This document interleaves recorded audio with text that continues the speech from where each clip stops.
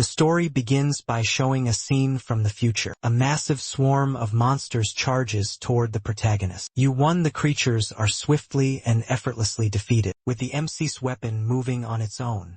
His movements are unnecessary. He remains calm among the monsters, swinging his club with his mind. The speed is so intense that the attacks are barely visible. Broken spears and goblin body parts fall to the ground. They are startled by the protagonist's attacks, who in turn looks coldly at the ugly monsters. A goblin archer even attempts to shoot an arrow, but the MC's weapon destroys it in midair almost instantly. The terror of the small monsters increases, as they realize that even ranged attacks are useless. Mocking the goblins, the MC remarks that they tried to attack in large numbers, and even shoot arrows without warning. But if they thought he had entered the dungeon, relying only on that level of power, they were mistaken, using some kind of magic. The protagonist transforms his weapon into a magic rifle. The monster horde launches its attack. The protagonist aims in their direction with the rifle, gathering energy as if preparing to fire a laser beam. The scene cuts back to the past,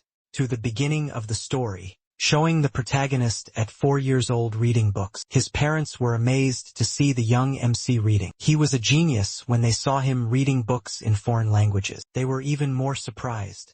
His grandfather arrives, saying that the protagonist carries the lineage of his ancestors. He declares that the MC is the child, born to fulfill the family's long-standing wish, to conquer the Tower of Babel. A deep silence fills the room. Yuan's parents, tired of the old man's nonsense, ignore him, but the grandfather insists that the Tower of Babel is real. Grabbing some crayons and a notebook, he tries to illustrate what he means. The old man begins explaining that a long time ago, in a chaotic world, the great ancestor of the Ban family emerged. That ancestor possessed an ability that allowed him to communicate with everything. With this power, he led the people and built a tower that would never fall. This would be the Tower of Babel, says the old man. Showing the drawing, Yuan asks if a tower is like a building. Imagining a fortune, the MC wonders if the ancestor is the owner of the tower. The grandfather explains that the ancestor was a master of languages, and that they must remember they are descendants of a great man. More interested in the supposed building, the protagonist asks where the tower is, but the old man only says he doesn't know.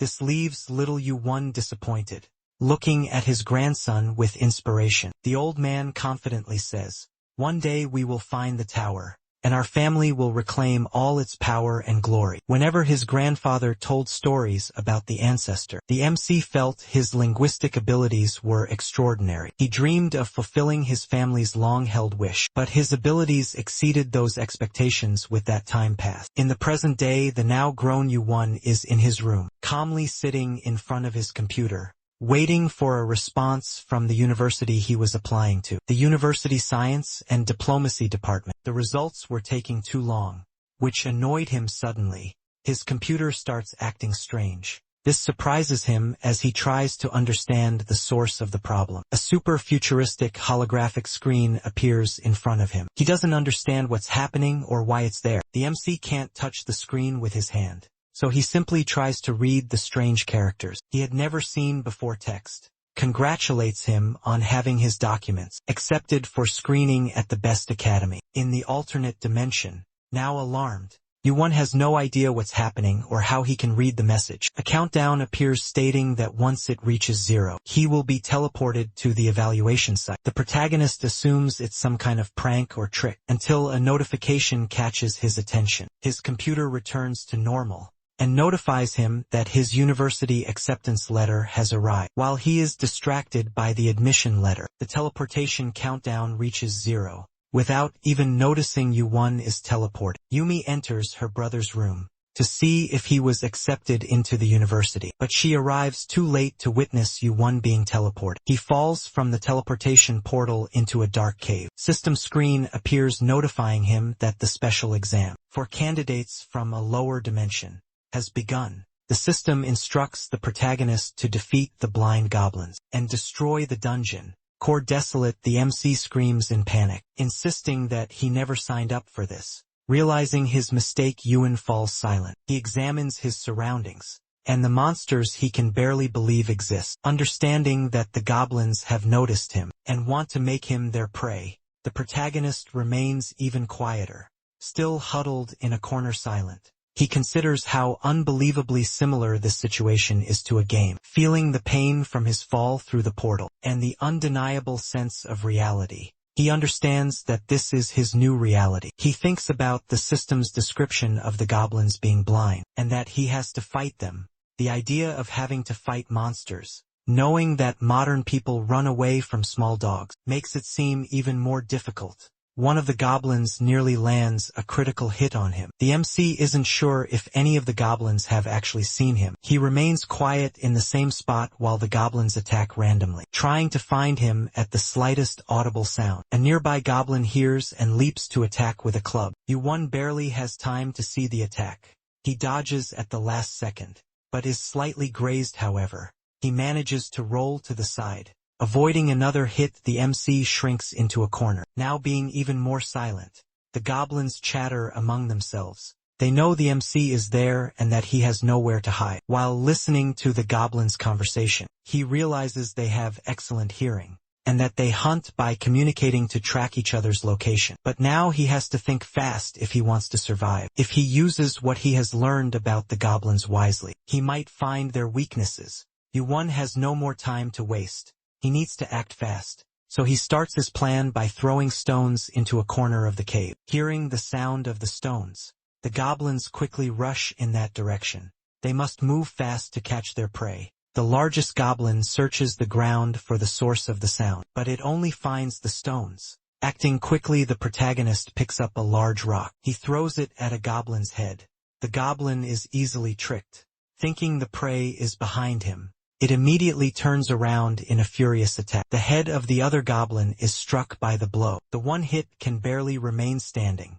Speaking in the goblin language, the MC tells the goblin that the prey endured the hit. The other goblin counterattacks, smashing its club into the head of its own ally. The MC strategy works. Both goblins, having struck each other with powerful blows to the head, stop moving finally. One collapses on top of the other. The MC breathes a sigh of relief for having succeeded. He is still panting from the adrenaline. He looks at the defeated monsters for a moment. One of them is still alive, though only barely aware of what he must do. Yuan picks up one of the fallen clubs, looking down at the monster, determined to do what needs to be done. He tells the goblin that when someone tries to finish another off, they must be ready to be finished themselves. The protagonist hesitates, but knowing he can't hesitate any longer to escape from here, this must be done with as much mercy as possible. The MC puts the goblin to eternal rest. Golden ruins appear over the bodies.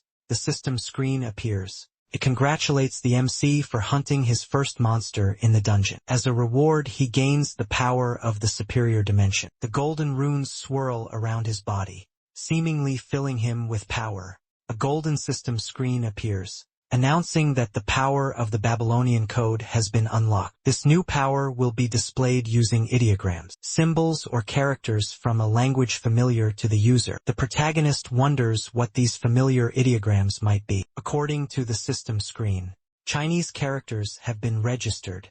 The common concepts of demon and life have been learned from the fallen goblins, while other concepts are either too complex or insignificant for the MC's current level of absorption. This new power of learning and absorbing shocks him. He wasn't expecting this until now. He thought his power was just about language, but it was much more than that.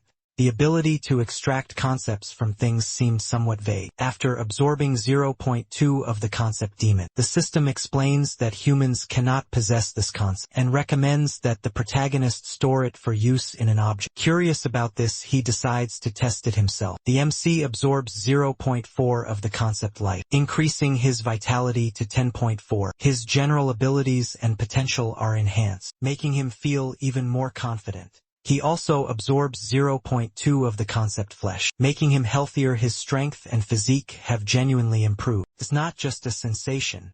The enhancement increased his grip strength, like power, muscle density, bones, and even his skin became healthier. Yuan understood. learned and fully absorbed the concepts from those goblins. Only the staffs remained from the absorbed bodies. MC considers the best way to use his new abilities. He realizes that absorbing concepts for himself, and also fusing them into objects, will increase his chances of survival. So that's exactly what he's going to do. All the dungeon monsters will succumb to the protagonist, who now possesses the hacks of the golden system. With his newly unlocked power, he cleared the dungeon of the blind goblins, and destroyed the dungeon core. Blue System congratulates him for completing the practical test of the lower dimension admission exam, but instead of being returned home, he was teleported elsewhere to a completely different world, the grand and unparalleled Union Academy. As he lay on the dormitory floor, the system congratulated him on becoming a provisional student. Without giving the MC time to think, the system ordered him to put on the uniform and attend the interview. Yuan didn't want to wear a uniform again so soon, but he had no choice. The protagonist found it simply ridiculous. They had put him in a near-death situation, and now they wanted to interview him just like that. When he found out who was responsible, he would express exactly what he thought in a very intense way. Now fully dressed in the uniform, Yuan walked through the corridors. The MC thought about demanding at least some compensation for the forced teleportation. All his thoughts crumbled when he saw the beauty seated in front of him. As he admired the woman, she pulled him out of his thoughts. She introduced herself as Yamina, the magic combat instructor at Union Academy. Yamina congratulated Yuan for passing the practical exam. She proceeded to say that he was simply perfect, drawing the attention of the entire faculty. The instructor explained that he was the first student in 500 years to create a new artifact. During the evaluation, she said it was an exceptional case, even by the standards of the special exam. The MC had grown tired of that strange place, and planned to leave immediately after the interview. At least that was his intention,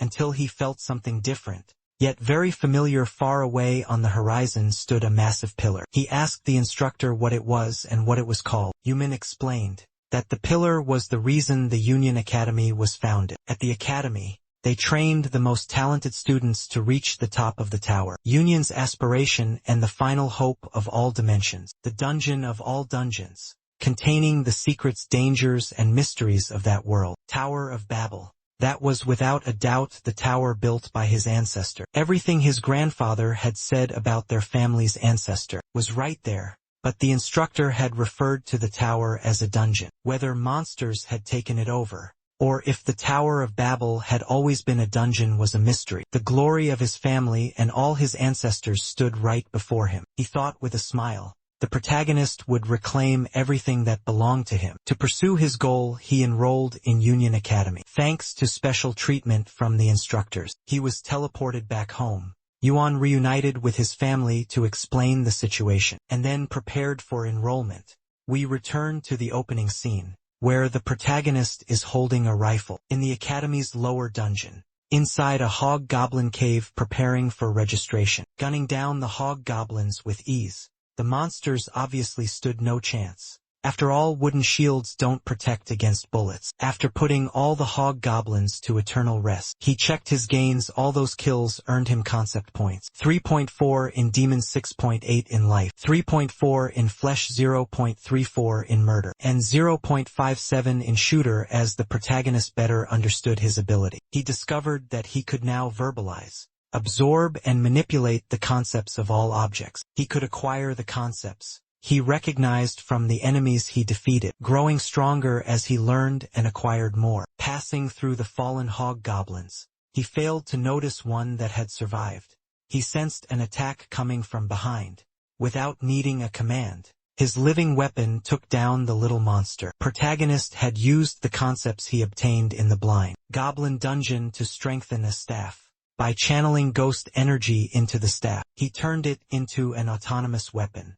Thanks to this unexpected creation, Yuan achieved a good result in the evaluation. After another series of kills, he checked his spoils, noticing something new and very interesting. The concept of soul, something he had never seen before. His autonomous weapon suddenly became strange. It seemed to crave that soul concept. Understanding his weapon's desires, the protagonist decided to give it a portion of the soul life, ghost, and spirit concepts. He took another look at that artificial being. The MC picked it up and saw that its personality remained the same, though he hoped that little serpent was still a magical weapon. He names the snake Eve, and before leaving the dungeon decides to check his own status. According to what he has learned, life represents level and flesh represents physicality. The abilities, all-seeing eyes and all-hearing ears, are related to linguistic skills. He asks Eve if she thinks he'll be able to surprise others, to which she denies. Yuan says that what really matters is the growth rate. They teleport out of the dungeon, heading to Union Academy for the entrance ceremony, ending up teleported to the auditorium, appearing suddenly and startling a bunch of people. Looking around, he sees many humanoid students. He activates all-seeing eyes, observing the students' status. It becomes clear just how much stronger the regulars from higher dimensions are. The protagonist is stopped by a group. A strange-looking alien tells the MC that those from lower dimensions shouldn't wander around. Agreeing but not paying attention, Yuan looks for his seat. He reflects that he already expected. The inflated egos of those who entered through the regular process. Even here the strong look down on the weak. His thoughts are interrupted by a student calling out to him, informing him that those from special admission sit there. The special admission seats feel like exile. Something unexpected completely shocks him, making him question who those people are.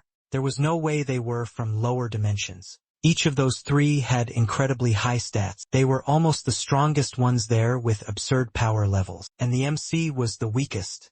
Yuan talks to one of them, whom he already knew casually, says that having seats specifically for special admission students is amazing. That blonde guy is the roommate the MC met before heading to the entrance ceremony. First time they met was a little unusual, and then the scene cuts to the memory of it, with the blonde pointing a sword at the protagonist and asking who he was. Panicking a little, the MC thinks before answering, then quickly explains that he's a new student and that they'll be roommates. The blonde apologizes, saying he was just on edge because he had just finished the practical evaluation. In his thoughts, the MC notes that the blonde looks like a prince from a fairy tale. He asks the blonde if he took the exam in the blind goblin dungeon, to which the other responds that he didn't, since goblins are easy to hunt, even for a complete amateur.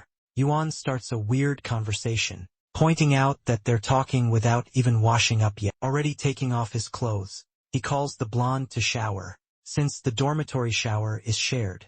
The MC says they can continue their conversation while showering together. Panicking, the blonde tells Yuan to go first. Blushing and visibly embarrassed, he says he'll go after, not understanding the reason for such a strange reaction. The MC stays quiet. The scene returns to the entrance ceremony. Only after all that reminiscing does the MC notice the other two. He greets them and one of them greets him back.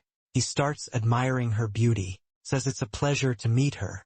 He also greets the other one, though with slight hesitation. The girl says nothing, making the MC even more apprehensive. She looks deep into his eyes. She says the thing wrapped around his arm is very interesting. He materializes Eve and asks if that's what she was referring to. He shows them the magical snake-shaped weapon, which fascinates the three of them. The blonde recognizes that the snake is an autonomous artifact, while the pink-haired one finds Eve adorable, and even asks to touch her after seeing what she wanted. The white-haired one introduces herself. She is Daiko Yen, daughter of a martial artist. The MC introduces himself as well. He is Ban Yu-1. Innocently, he asks if martial artists shoot energy balls. Finding the question amusing, the other three laugh subtly. Still laughing, Daiko says the MC's understanding of martial arts isn't entirely wrong. The pink-haired girl introduces herself. Her name is Rachel. The blonde introduces himself as well. His name is Light. The protagonist gets distracted when he notices instructor Yamina among the faculty members. Light asks if he had a consultation with her. Yuan confirms that he did. The blonde says he did as well. The light shift in tone. Suddenly the ceiling of the auditorium opens. A voice from nowhere declares that everyone has gathered. Pressure on the students is overwhelming, to the point that they can barely remain standing. Even the mere presence of that being exudes an immense pressure. Even the strongest students are greatly affected. Protagonist can't comprehend what this incredible pressure is. He realizes that whatever it is, it's in the sky looking up. The scene was surreal. A giant eye announced that the 2557th entrance ceremony was about to begin. The scene shifts to the special admission students in Professor Yumina's office. She asks if they found the director's speech interesting, which causes silence in the room. Breaking the silence, the protagonist says, "It was truly incredible," and asks if that eye was the director. Not even the professor believes he actually saw the eye. Daiko thinks that the being was completely concealed, using some special method. She looks at Yu-One wondering how he managed to see it. The protagonist explains that it appeared as a giant eye, watching everything from above. The professor confirms that yes, that was indeed the director, and that seeing him again would be quite difficult. Yumina tells the protagonist that he will have a private meeting with the director. She informs everyone that their achievements directly reflect on her reputation, so they should do their best. Light asks if Yumina will be their assigned professor, which she confirms. She also decides to introduce herself properly. She states her name and her role as the professor of magical combat, assigned to class 11 for the next 5 years. The blonde asks if special admission students shouldn't normally have an associate professor. She explains that normally yes, but because they are so exceptional, the responsibility was given to her. Since they're all there, she decides to give them some advice. She warns them to be cautious of the envy and hostility of the regular students. It was just as the protagonist had expected. Envy and hostility far beyond normal competition. Fights and conflicts between students that go beyond the internal school-sanctioned competition. The professor also advises them to always stay together. The protagonist thinks that they will need to be strong enough to ignore the jealousy and hostility. Yamina continues stating that they are also part of the team that will ascend the tower together until graduation. She closes that topic and informs them that the Academy has prepared a small gift. The rules and details will be explained after they receive the artifact. A great light shines until the artifacts reveal themselves. Looking at the necklace in his hand, Light asks if it's a student ID. The professor explains that yes,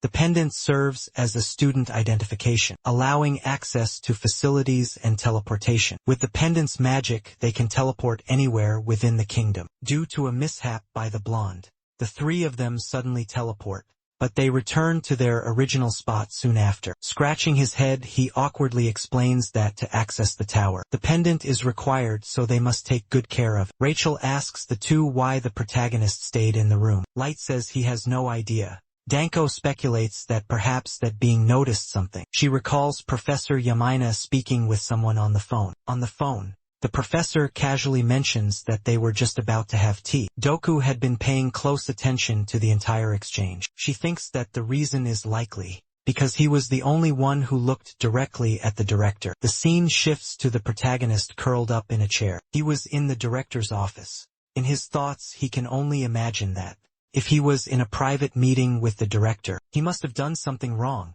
The director calls the protagonist's attention, telling him to look directly at him. After all, that wasn't his true form. The director, noticing that he was avoiding looking in his direction, reassures him that it's fine to look directly. When he does, he sees a ragdoll sitting on the director's desk, with no actual body present. Realizing this, he stares at the ragdoll, wondering how he should address it.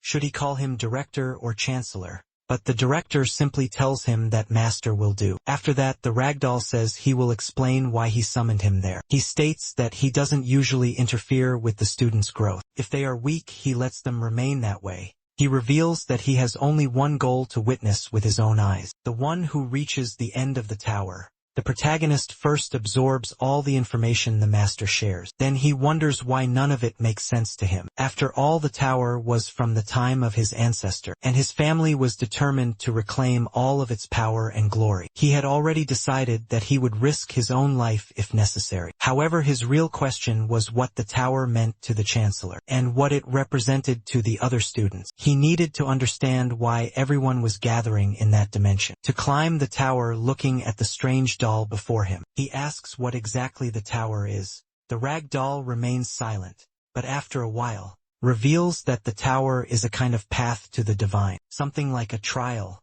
This made the protagonist feel a mix of sensations. He just wasn't sure. if they were talking about the same concept of divinity, as if it were something related to religion. But before the protagonist could conclude his thoughts, the director continued speaking. He wouldn't interfere with the student's level of difficulty, but he would make an exception. That time it was because he saw potential in that boy, the greatest potential he had ever seen. With that, the puppet pointed at the protagonist. While stating that he would prepare some things to help him, he made the protagonist student identifier, which was in his pocket, glow.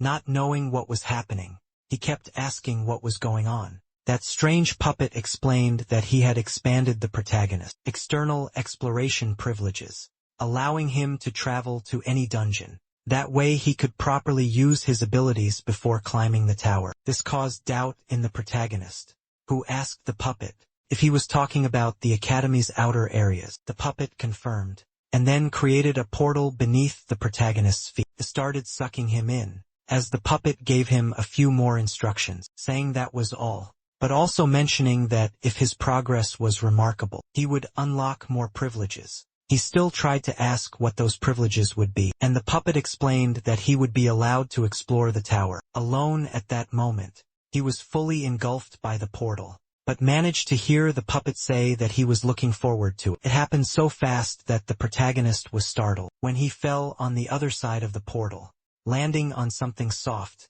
While the teacher asked how his meeting with the director had gone, he looking up was startled to see her. This made him quickly stand up with a flushed face. The teacher stated that the director always dismissed visitors that way, saying that the director had been expecting him from the beginning. They sat down and she grabbed the protagonist identification. This surprised her since the director had given a student permission to leave the academy. She explained that he could now freely explore the dungeons outside the tower. Now he understood, because before he had thought the director was calling him weak. That gentle teacher with flowers in her hair revealed her envy, calling the young man lucky. They talked a bit more, and after discussing several things, her eyes widened. She leaned in with an intense gaze, and recommended a city called Ronica, which had a beautiful spring temple. After their conversation, some time passed and he was walking along a long stone path. Looking up, he remembered when he had asked the teacher if he should bring something for her.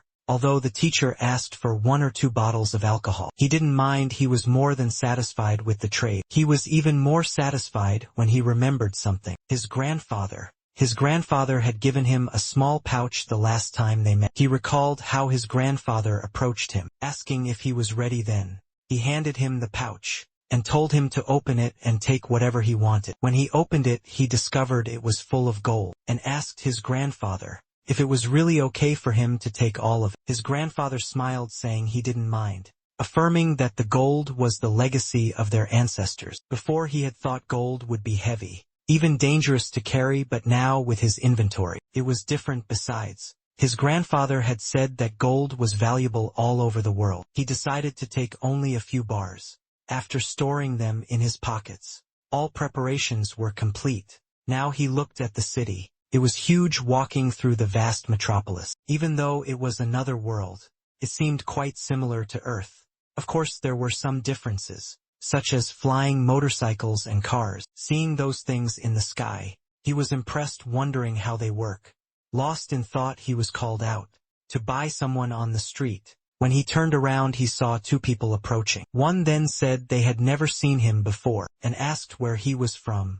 Then they quickly became surprised, and asked if he was a student of the academy, promptly giving him a salute after the young man introduced himself. The guards were curious about how he had arrived there. They explained that the city was peaceful, thanks to the hard work of the chancellor and the academy. Noticing that the protagonist was a newcomer, the guards said they could help him if he needed anything. They were pleased to say they would assist him, since it was part of their duty and he could ask them for anything. Seeing this, he pointed upward in the direction of the flying motorcycles. He stated that he wanted one of those, and as the guards looked up, the MC smiling asked how much those flying vehicles cost. The protagonist, now on the flying motorcycle he had bought, swiftly sped through the outskirts of the city, accelerating across the fields, jumping off a cliff with the bike. He was able to enjoy the wind hitting his face. The higher he ascended with the flying bike, the more incredible the sensation became. When he asked the guards about the bike, They revealed that the most basic model cost at least 250,000 roni. Curious about the value of the currency, Pretina took out a gold bar and asked if he could exchange it for local money. The guards, upon seeing the gold bar in the protagonist's hand, widened their eyes, surprised and eager to know where he had gotten. As he cut through the sky on the flying bike, he was still shocked to discover that the gold bar was worth more than 7 million ranis. Eva, the small white snake, suddenly appeared near the protagonist's shoulder. Excited, he asked her what she thought of the trip. He had infused demonic and ghostly concepts into the bike, turning it into a living artifact. The floating bike was named Lilith, and the MC wanted to get along well with it. Eva was pleased and greeted her new companion as they soared through the city's skies. As the MC approached a tower on the floating bike, he thought about how he had already obtained the liquor for the professor. Additionally, he had created Eva's younger sister and completed everything he needed to do. Back at the academy, the protagonist had a massive headache. Slunk over the table, annoyed with him, Light placed a glass of water on the table and made it clear that he was disappointed. He showed it with his furious gaze. Since after the group's meeting, the MC had left without saying anything. Even after apologizing and drinking the water, the MC tried to shift the blame to the professor, who had insisted that he drink with her. Still, Light wasn't happy, as he should have been informed. The white-haired girl, while eating, noticed something on the protagonist. Spotting the emblem on his shirt, she asked if it was the symbol of the representative position he had received for drinking with the professor. The MC explained that it was more like he had been appointed as class president. While savoring his bread, Light seemed to agree, but when someone else voiced a different opinion, both were surprised. The white-haired girl was certain that she was the most suited for the role. After all, she was the strongest among them. Saying this, she locked eyes with the protagonist. Although the MC remained silent, Light did not like hearing her say such things. He made it clear that he did not approve of her attitude, acting as if she were better than everyone else. The girl, seeing that Light did not agree that she was the strongest, reminded him that he had wanted to go to the tower alone when his secret was exposed.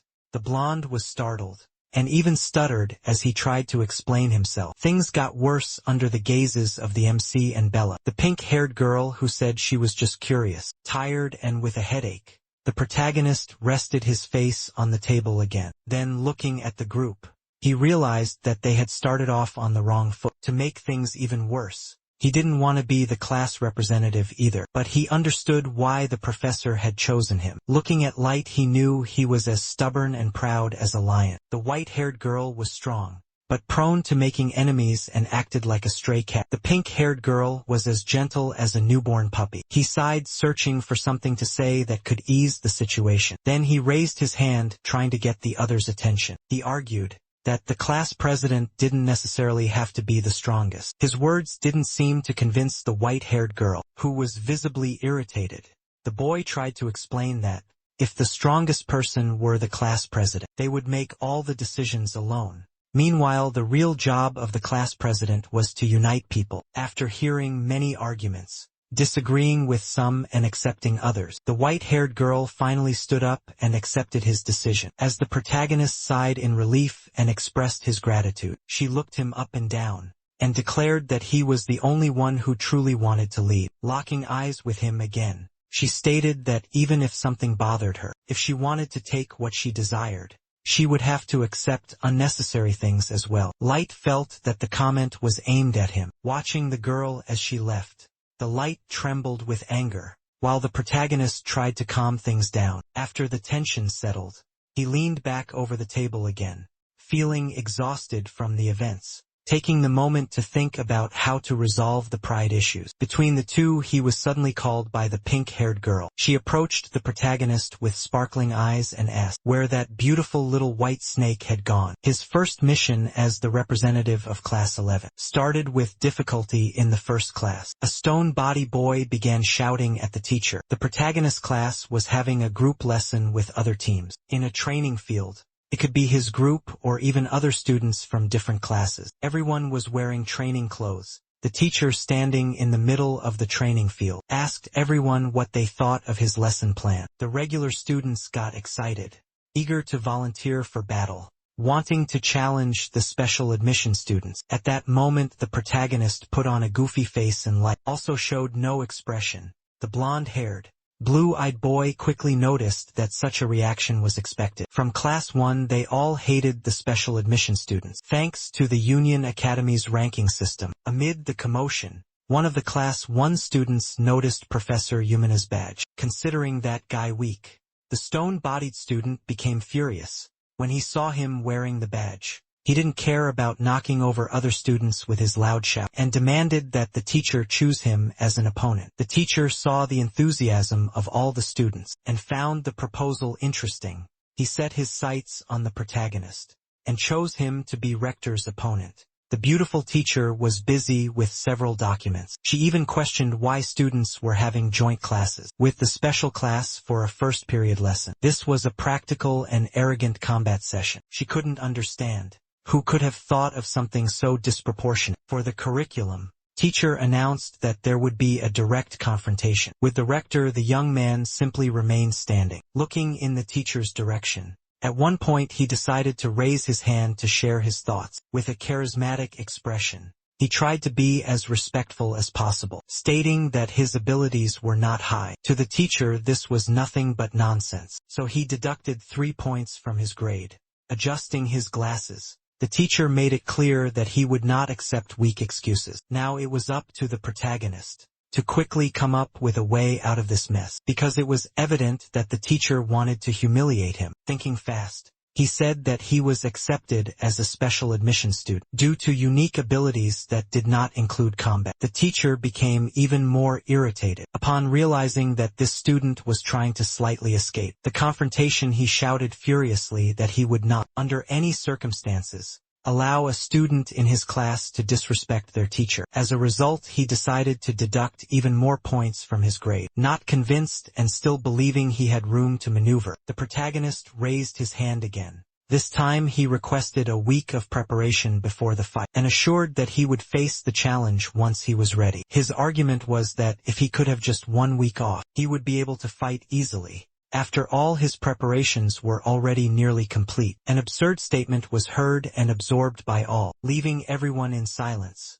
After saying something so unbelievable, everyone in the stands began to see him as worse than trash. A young woman with blue hair and a pointed hat remained expressionless, merely observing everything around her. She thought he was suggesting that he could be ready in a week. However, she looked at him with suspicion, doubting that he could withstand the special class. Meanwhile, the teacher trembled with rage mixed with contempt, believing that this student was mocking him. The protagonist seemed lost in a distant world, while Light, the worried blonde boy, didn't know what to do with him. Even though that man was just a substitute teacher, he was still capable of achieving certain feats. He asked everyone to pay attention, because Banyu 1's fight against Rector was now officially scheduled for 1 week from now. With a smile on his lips, he revealed that everything would be broadcast live on the Academy's website.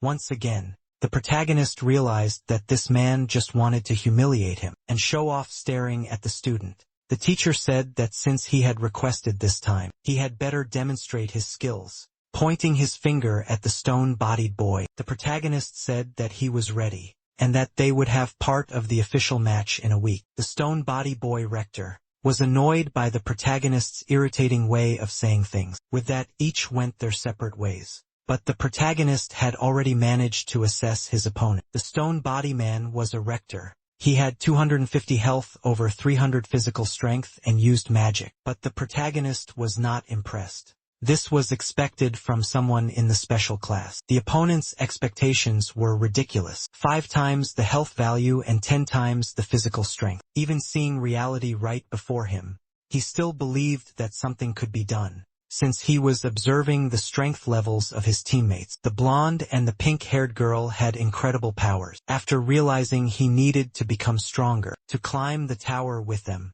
he asked why they looked so upset. While asking Iris what was going on and why no one was speaking, he turned around and saw the white-haired girl stretching. She stated that unlike her partner, she specialized in combat, and since they wanted to know more about their abilities, she would show them the protagonist. Seeing that Doko Yen was openly challenging anyone, analyzed her powers, which were astonishing. She had a double S ranking, and claimed she was more than willing to accept the battle challenge. Standing in front of her classroom, everyone remained silent, trying to dissuade her. All those from class who had been eager to stir up trouble were now completely quiet.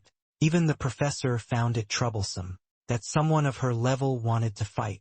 The protagonist knew that none of them would dare to volunteer, even though his infinite reading eyes couldn't fully grasp the extent of her power. He still found it terrifying. She spoke again, challenging everyone there to a fight. Tired of speaking into the void, she pointed her finger at Rector. Then, with a mysterious aura, she gestured with her fingers, signaling him to come closer. She told him he could approach whenever he wanted, because she would crush him. The protagonist was certain that Rector was terrified. His initial target had been the protagonist, and now he had become the target of someone far stronger. The protagonist knew that if the guy decided to fight, accepting the girl's provocations, he would be doomed. He would be so badly injured that he wouldn't recover in a week. It wasn't really any of the protagonist's concern, but he asked his friend to wait a moment. Rushing over to her, he asked her not to fight Rector, because they had a match scheduled for next week. She wanted to know if he was sure about that answer, and he quickly thanked her for her concern. He told her he needed to prove his worth through his own abilities, and hoped she would understand. Turning her face slightly and smiling, she said she had thought he was just a guy with a few tricks. Maybe he was different. Satisfied, she said she would let him handle things his way, and turning around again, continued searching for an opponent. She asked several times if anyone else wanted to participate, but everyone kept pretending not to hear. The silence was almost unbearable. She took a deep breath. She pointed out that just moments ago they had been barking loudly, but now they had changed their mind. But when confronted directly, they crawled away, trying to hide in any corner they could find. Seeing that things had settled down, the protagonist, the blonde, and the pink-haired girl were feeling much better. Meanwhile, the guys who had been intimidated by the white-haired girl were furious, but they weren't the only ones feeling that way. Someone with horns in the stands suddenly spoke up, asking her who she was calling a dog. Exuding an intense aura, the blonde man with large horns stated that it was always the weak and foolish ones who traveled in packs. They would wander around growling, pretending to protect their little groups. Now that he had the girl's attention, he continued. He said that small dogs were a wonderful sight. He was arrogant as he claimed that she would never be able to protect that group. The protagonist looked at the man, unsure of what his intentions were.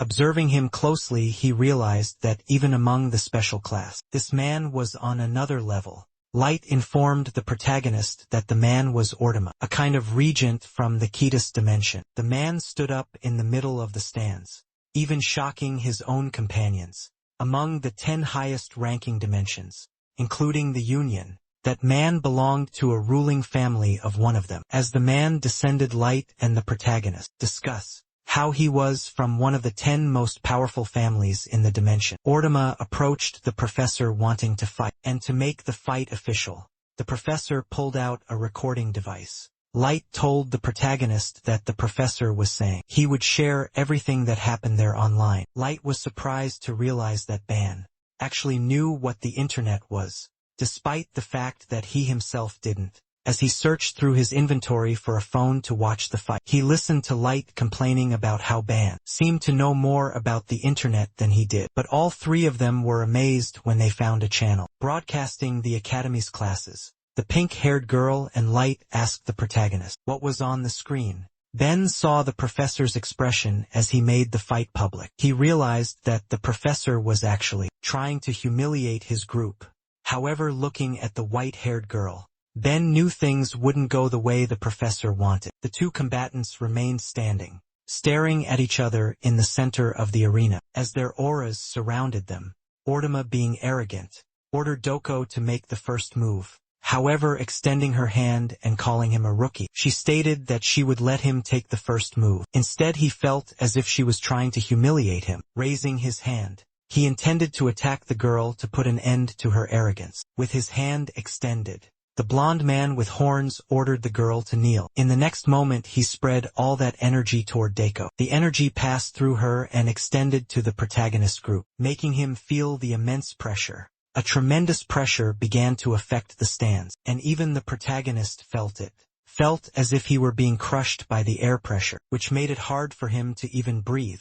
Not even the protagonist group was spared, as everyone was feeling the same crushing force. The entire arena had turned into a massive battlefield. Ban knew that this was a distortion of natural law. His blonde friend was surprised when Ban managed to identify the principle behind that ability. Distressed Luciole gripped the protagonist's arm tightly, and he could tell that she was trembling. The pink-haired girl seemed afraid of her white-haired companion. The aura the girl emitted was extremely powerful and menacing. Just a single hand gesture, she erased the pressure the enemy was exerting on multiple people. This caught the teacher, the opponent's team, and even Light by surprise. Even the protagonist, who already knew her strength was absurd, noticed that she had grown even stronger. With just one movement she crushed the opponent's ability, and he realized that the girl had a certain level of mastery. After hearing what the man said, she retorted that his power was as ridiculous as his horns. The two began exchanging verbal insults about each other's strength. In the blink of an eye,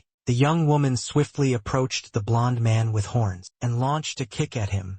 He made a fool of himself when he was caught off guard, and she warned him that she wouldn't let him use the same ability. Twice she continued attacking as his moves were too predictable. She was gonna knock him down. A blonde man with horns was frustrated that he had to use both hands to block her attack, and he still had to hear her taunt him up close, saying that since he had no technique, he would have to rely on his body. With no time to react, he was struck again. When he tried to counter-attack, she dodged effortlessly. When he attempted to grab her arm, she slipped away and delivered a kick to his chin to make him stay alert. Her insults only made him angrier, and he couldn't take it. He kept trying to fight back, but she was far too fast. The fight was so overwhelming that Light and the protagonist could hardly believe what they were seeing. Light couldn't believe she was overpowering a governor. Dakuyan was truly an interesting girl, with precise movements and quick counters. The protagonist noticed that the opponent was trying to suppress her movements. That way he could defeat anyone, as that was the distortion of natural law. However, things weren't going the way he was used to. The girl wasn't giving him any openings. He was constantly getting hit, without being able to land a single attack on her. The protagonist realized that Ortega's method wasn't working. Against the white-haired girl, the opponent's situation was growing more difficult. It was clear who was leading the fight. The protagonist thought that, while they both had incredible powers and physical abilities, the man didn't always rely on his body from up close. Light found it strange that the protagonist could notice this, just by watching, as he wondered how the protagonist was able to pick up on such subtle movements. The girl kept growing stronger in the battle. Ortega felt increasingly insulted. With each consecutive hit from the girl, she wasn't holding back at all. It was obvious that she wanted to finish this fight. As quickly as possible, she asked if he was there just to talk, or if he was actually going to show some results. Under extreme pressure, the man released his aura, along with a powerful attack aimed at her. Shouting, he accused her of deliberately trying to humiliate someone like him. His eyes were now sparking with flames, and he swore he would never forgive her for treating him that way. He declared that she would have to pay with her life for insulting him, in front of everyone, while she simply stared at him. Upon seeing her opponent's reaction, the young woman decided to observe, calmly waiting for the right moment to strike. Facing that enraged man, she declared that this was not a concept someone like him should be discussing.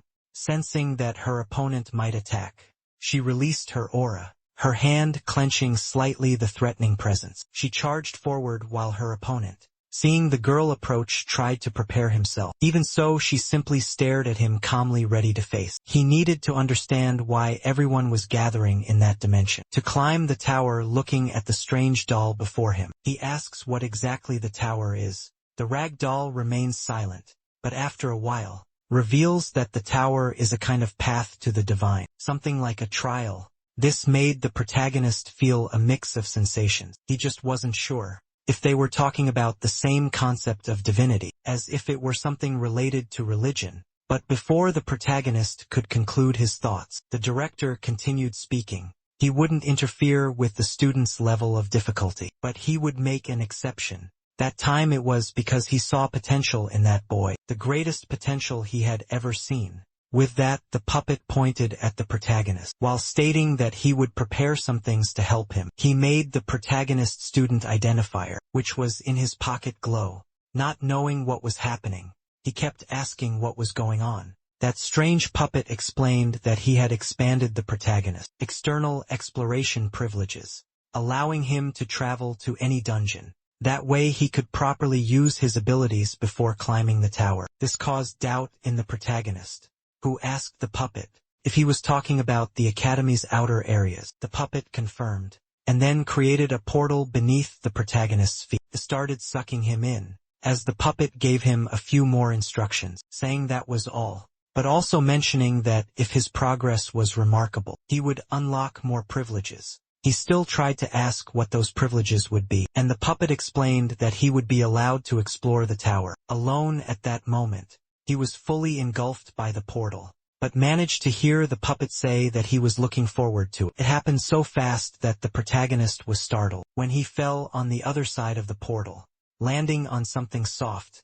While the teacher asked how his meeting with the director had gone, he looking up was startled to see her. This made him quickly stand up with a flushed face. The teacher stated that the director always dismissed visitors that way, saying that the director had been expecting him from the beginning. They sat down and she grabbed the protagonist identification. This surprised her since the director had given a student permission to leave the academy. She explained that he could now freely explore the dungeons outside the tower. Now he understood, because before he had thought the director was calling him weak. That gentle teacher with flowers in her hair revealed her envy, calling the young man lucky. They talked a bit more, and after discussing several things, her eyes widened. She leaned in with an intense gaze, and recommended a city called Ronica, which had a beautiful spring temple.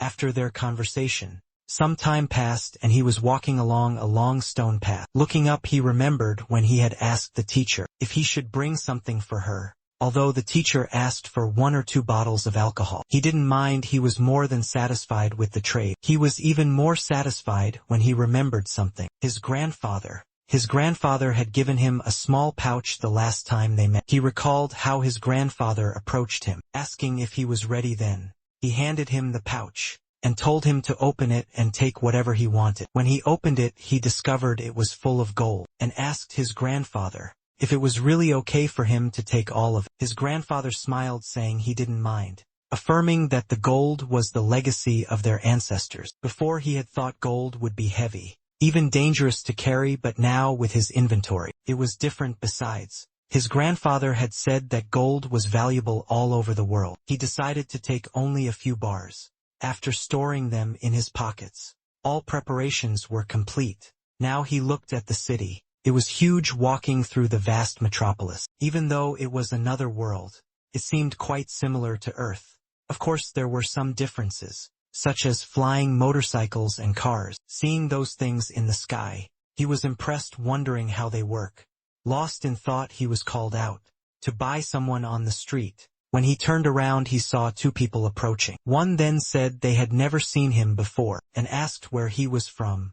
Then they quickly became surprised, and asked if he was a student of the academy, promptly giving him a salute after the young man introduced himself. The guards were curious about how he had arrived there. They explained that the city was peaceful, thanks to the hard work of the chancellor and the academy. Noticing that the protagonist was a newcomer, the guards said they could help him if he needed anything. They were pleased to say they would assist him, since it was part of their duty and he could ask them for anything. Seeing this, he pointed upward in the direction of the flying motorcycles. He stated that he wanted one of those, and as the guards looked up, the MC smiling asked how much those flying vehicles cost. The protagonist, now on the flying motorcycle he had bought, swiftly sped through the outskirts of the city, accelerating across the fields.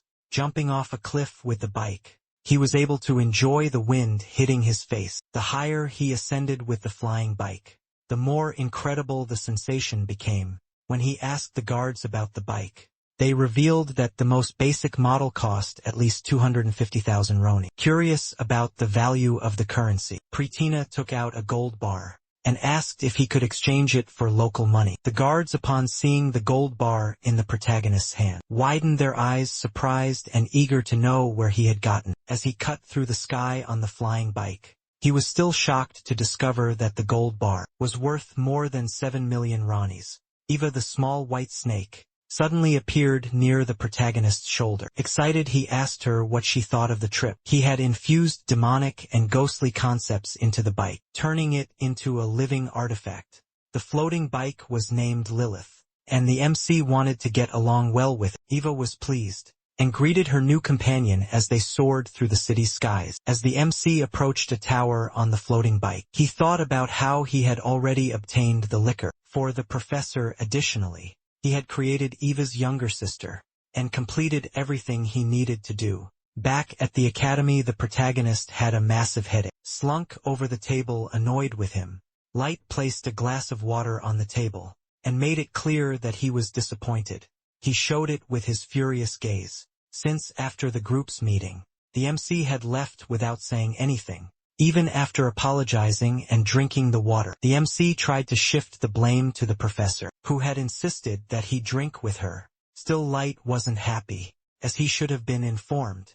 The white-haired girl, while eating, noticed something on the protagonist. Spotting the emblem on his shirt, she asked if it was the symbol of the representative position he had received for drinking with the professor. The MC explained that it was more like he had been appointed as class president.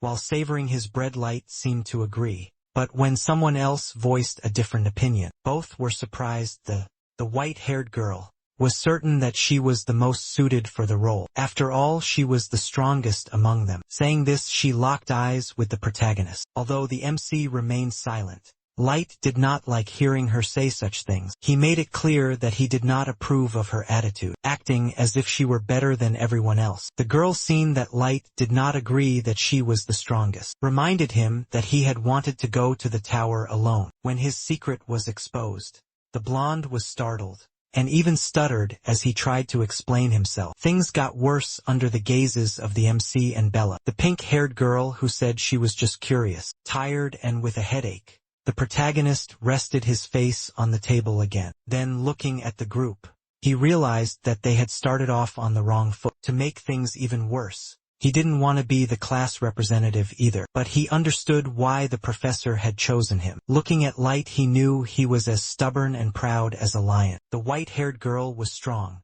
but prone to making enemies and acted like a stray cat. The pink-haired girl was as gentle as a newborn puppy. He sighed, searching for something to say that could ease the situation. Then he raised his hand, trying to get the others' attention. He argued that the class president didn't necessarily have to be the strongest. His words didn't seem to convince the white-haired girl, who was visibly irritated. The boy tried to explain that if the strongest person were the class president, they would make all the decisions alone. Meanwhile, the real job of the class president was to unite people. After hearing many arguments, disagreeing with some and accepting others, the white-haired girl finally stood up and accepted his decision. As the protagonist sighed in relief and expressed his gratitude, she looked him up and down and declared that he was the only one who truly wanted to lead. Locking eyes with him again, she stated that even if something bothered her, if she wanted to take what she desired, she would have to accept unnecessary things as well. Light felt that the comment was aimed at him. Watching the girl as she left, the Light trembled with anger, while the protagonist tried to calm things down. After the tension settled, he leaned back over the table again, feeling exhausted from the events. Taking the moment to think about how to resolve the pride issues between the two, he was suddenly called by the pink-haired girl. She approached the protagonist with sparkling eyes and asked where that beautiful little white snake had gone. His first mission as the representative of Class 11 started with difficulty in the first class. A stone-body boy began shouting at the teacher. The protagonist's class was having a group lesson with other teams in a training field. It could be his group or even other students from different classes. Everyone was wearing training clothes. The teacher, standing in the middle of the training field, asked everyone what they thought of his lesson plan. The regular students got excited, eager to volunteer for battle, wanting to challenge the special admission students. At that moment, the protagonist put on a goofy face and Light also showed no expression. The blonde-haired, blue-eyed boy quickly noticed that such a reaction was expected. From Class 1, they all hated the special admission students. Thanks to the Union Academy's ranking system, amid the commotion, One of the Class 1 students noticed Professor Yumina's badge. Considering that guy weak, the stone-bodied student became furious when he saw him wearing the badge. He didn't care about knocking over other students with his loud shout, and demanded that the teacher choose him as an opponent. The teacher saw the enthusiasm of all the students, and found the proposal interesting. He set his sights on the protagonist, and chose him to be Rector's opponent. The beautiful teacher was busy with several documents. She even questioned why students were having joint classes with the special class for a first period lesson. This was a practical and arrogant combat session. She couldn't understand. Who could have thought of something so disproportionate? For the curriculum, teacher announced that there would be a direct confrontation. With the rector, the young man simply remained standing, looking in the teacher's direction. At one point he decided to raise his hand to share his thoughts. With a charismatic expression, he tried to be as respectful as possible, stating that his abilities were not high. To the teacher this was nothing but nonsense, so he deducted 3 points from his grade.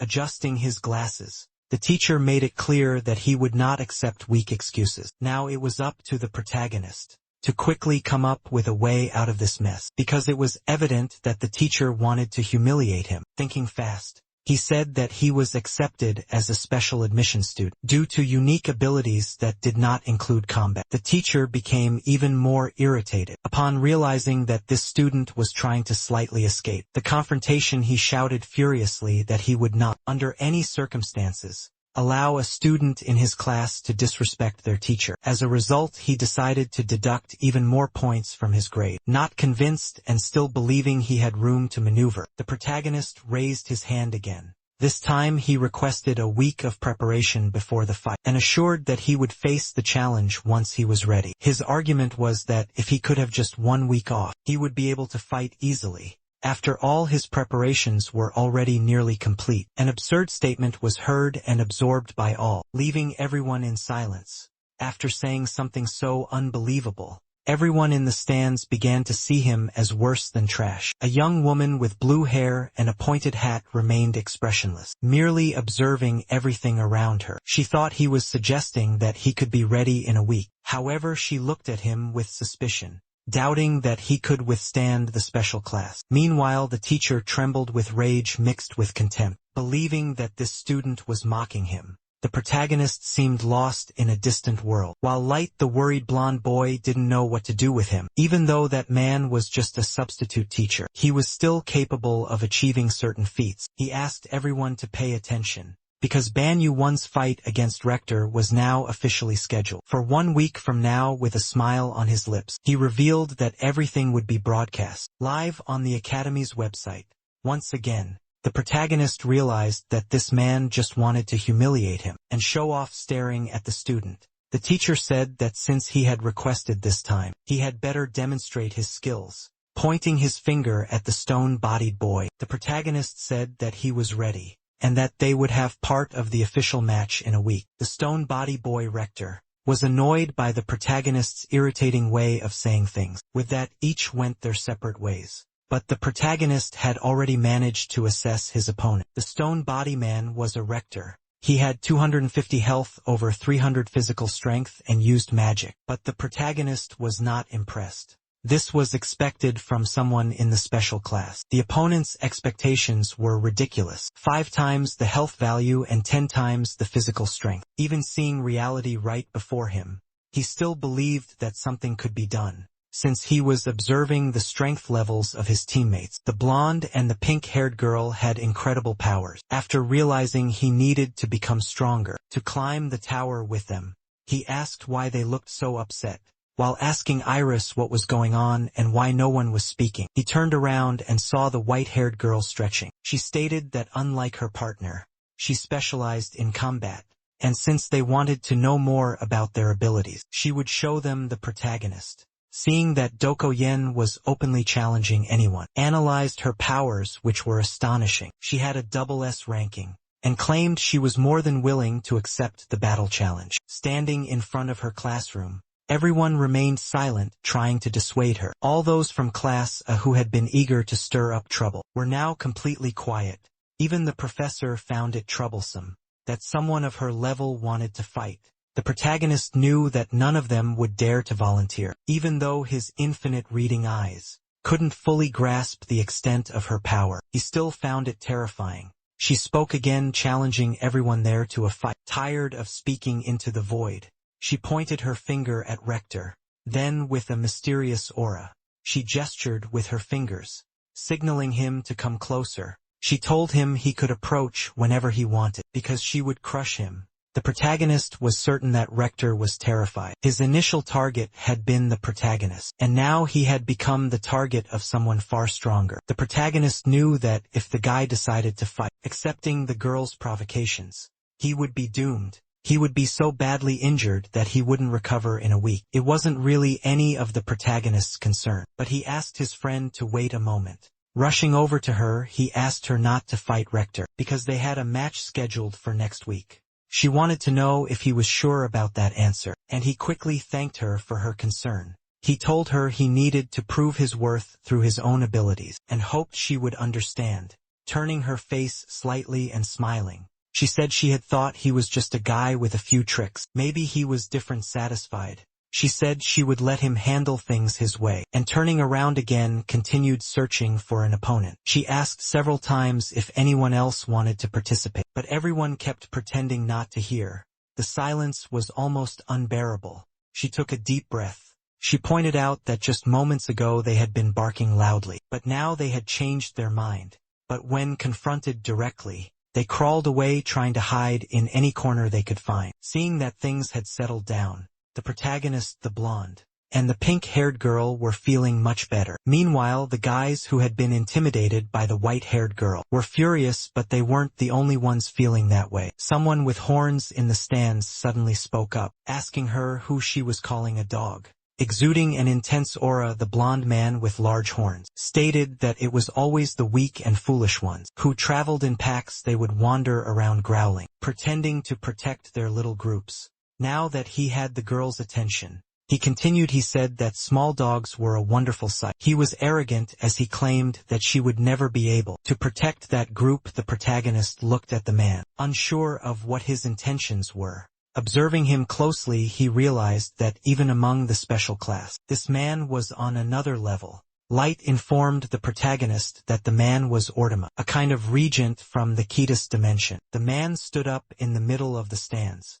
even shocking his own companions. Among the 10 highest-ranking dimensions, including the Union, that man belonged to a ruling family of one of them. As the man descended, Light and the protagonist discuss how he was from one of the 10 most powerful families in the dimension. Ortima approached the professor wanting to fight, and to make the fight official, the professor pulled out a recording device. Light told the protagonist that the professor was saying he would share everything that happened there online. Light was surprised to realize that Ban actually knew what the internet was, despite the fact that he himself didn't. As he searched through his inventory for a phone to watch the fight, he listened to Light complaining about how Ban seemed to know more about the internet than he did. But all three of them were amazed when they found a channel broadcasting the Academy's classes. The pink-haired girl and Light asked the protagonist what was on the screen. Ben saw the professor's expression as he made the fight public. He realized that the professor was actually trying to humiliate his group.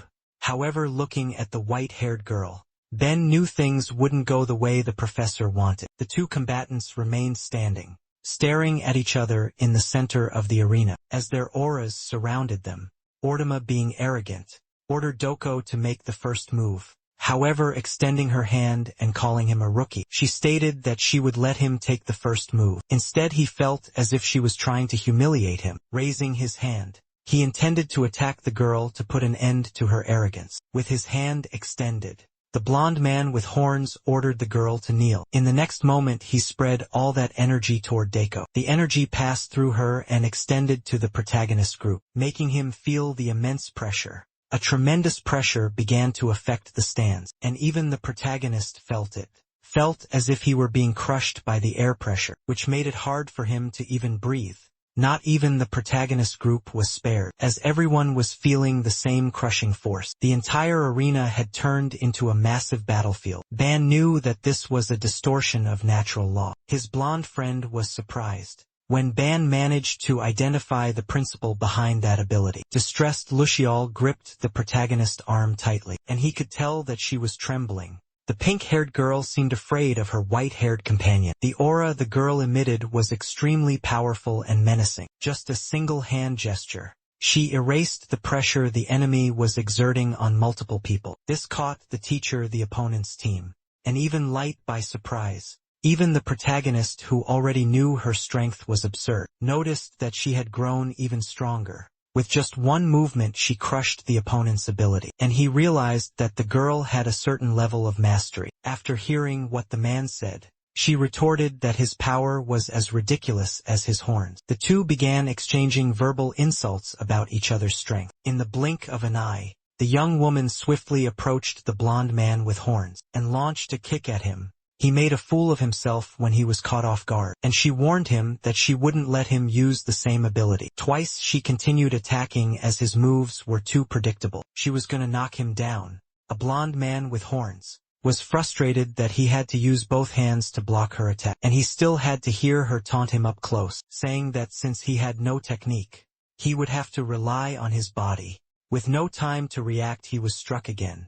When he tried to counter-attack, she dodged effortlessly. When he attempted to grab her arm, she slipped away, and delivered a kick to his chin to make him stay alert. Her insults only made him angrier, and he couldn't take it. He kept trying to fight back, but she was far too fast. The fight was so overwhelming that Light and the protagonist could hardly believe what they were seeing. Light couldn't believe she was overpowering a governor. Dakuyan was truly an interesting girl, with precise movements and quick counters. The protagonist noticed that the opponent was trying to suppress her movements. That way he could defeat anyone, as that was the distortion of natural law. However, things weren't going the way he was used to. The girl wasn't giving him any openings. He was constantly getting hit, without being able to land a single attack on her. The protagonist realized that Ortega's method wasn't working. Against the white-haired girl, the opponent's situation was growing more difficult. It was clear who was leading the fight. The protagonist thought that, while they both had incredible powers and physical abilities, the man didn't always rely on his body from up close. Light found it strange that the protagonist could notice this, just by watching, as he wondered how the protagonist was able to pick up on such subtle movements. The girl kept growing stronger in the battle. Ortega felt increasingly insulted. With each consecutive hit from the girl, she wasn't holding back at all. It was obvious that she wanted to finish this fight. As quickly as possible, she asked if he was there just to talk, or if he was actually going to show some results. Under extreme pressure, the man released his aura, along with a powerful attack aimed at her. Shouting, he accused her of deliberately trying to humiliate someone like him. His eyes were now sparking with flames, and he swore he would never forgive her for treating him that way. He declared that she would have to pay with her life for insulting him, in front of everyone, while she simply stared at him. Upon seeing her opponent's reaction, the young woman decided to observe, calmly waiting for the right moment to strike. Facing that enraged man, she declared that this was not a concept someone like him should be discussing. Sensing that her opponent might attack, she released her aura, her hand clenching slightly the threatening presence. She charged forward while her opponent, seeing the girl approach, tried to prepare himself. Even so, she simply stared at him, calmly ready to face. Mentality of that place. This mentality was based on birthright or innate strength, along with a strange disdain for lower dimensions, and a completely outdated system. This entire structure made it impossible for outsiders like them to have any influence in that place. The protagonist did not reveal his thoughts, but instead pose a question to the group. He wanted to know what it took to gain the favor of a large group. After hearing the question, the trio tried to guess the answer, suggesting that power might be the key. However, the protagonist said it was something else, something they already had.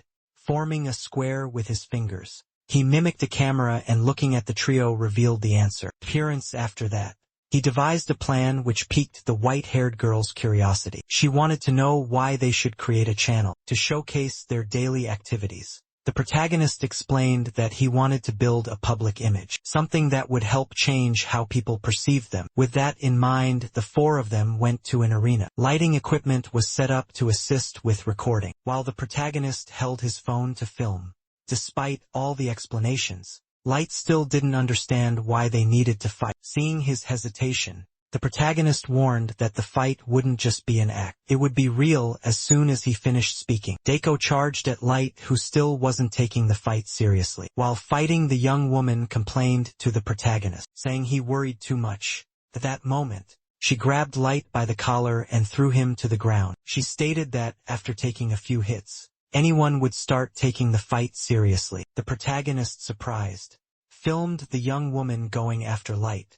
The blonde boy got up cautiously. The ground was already destroyed from the impact, while the young woman looked at him with a teasing smile. Provoking him, she said that she finally understood why he had been so confused. When using the artifact last time, showing her superiority, she suggested that he pick up the sword again, as she believed that would at least help him get close to her. After several provocations, Light became deeply irritated and charged at the young woman. Meanwhile, the protagonist became even more excited about the recording, which slightly worried the pink-haired girl. Still didn't understand how this could make their school life easier. As Light and Danko's fight continued, the protagonist smiled and stated that the results might not be immediate. He believed that if those who constantly bothered them realized how skilled they were, things might change. The recorded fight became more intense, but at the same time he kept talking. Protagonist told the pink-haired young woman not to worry about the outcome of the fight because her beauty was far too precious to be ruined. She was confused by the comment as he pinched his own cheeks. Then he asked her if she had never heard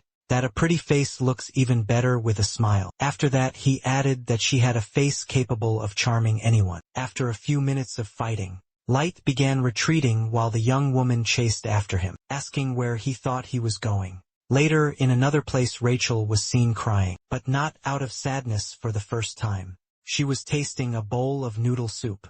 Following the protagonist's advice, the group members started recording and posting their daily routines. The response to the channel's videos was explosive. After the video of Light and Daiko's fight, numerous comments flooded in. Many were impressed by the beauty and power of the white-haired young woman, while others wanted to learn more about the group. Other videos were also published, including one where the group played a board game. In it, some people already knew the rules and explained them to the newcomers, while everyone had fun. Another video showed the group's meetings with the beautiful teacher, which generated a flood of comments. Viewers praised the beauty of the young women and the teacher, as well as the variety of teas served at these gatherings. They also reacted to Ruthel's funny faces while trying new foods. After several students watched the videos already published on the channel, many wanted to move on to the next one. However, they realized that the next video was not an ordinary one, but a live broadcast scheduled for the next day. The next day, the protagonist and his group were stunned by the number of people gathered to watch the live stream. Some didn't even understand how they had managed to attract so many viewers. As the group chatted excitedly, Professor Yamina approached. While walking toward them, she commented on how the union was filled with higher dimensions, brimming with true wonders. She then praised their channel, highlighting how it showcased the group's daily life, created a connection with other students. Taking advantage of the situation, the protagonist annoyed Light again by mentioning the impact the first fight video had caused. However, they changed the subject, as that was the day they would climb the tower. Daiko stood beside the protagonist, wearing his special outfit for the ascent. Just like Rutil and Light, that was when the protagonist noticed something curious. Everyone was dressed differently except for him, who was still wearing his school uniform. When he tried to understand the situation, the girls explained that since they would face successive battles, they had prepared with more appropriate clothing. Someone asked if he would be fine wearing just his school uniform, and at that moment he remembered his origins in a peaceful place. However, he had already made the decision to risk his life. Adjusting his tie, he firmly stated that the clothes he wore were enough for him. Once everyone was ready, the beautiful teacher made a gesture with her hand. With this movement, a large magic circle appeared on the ground, covering the area where they all stood.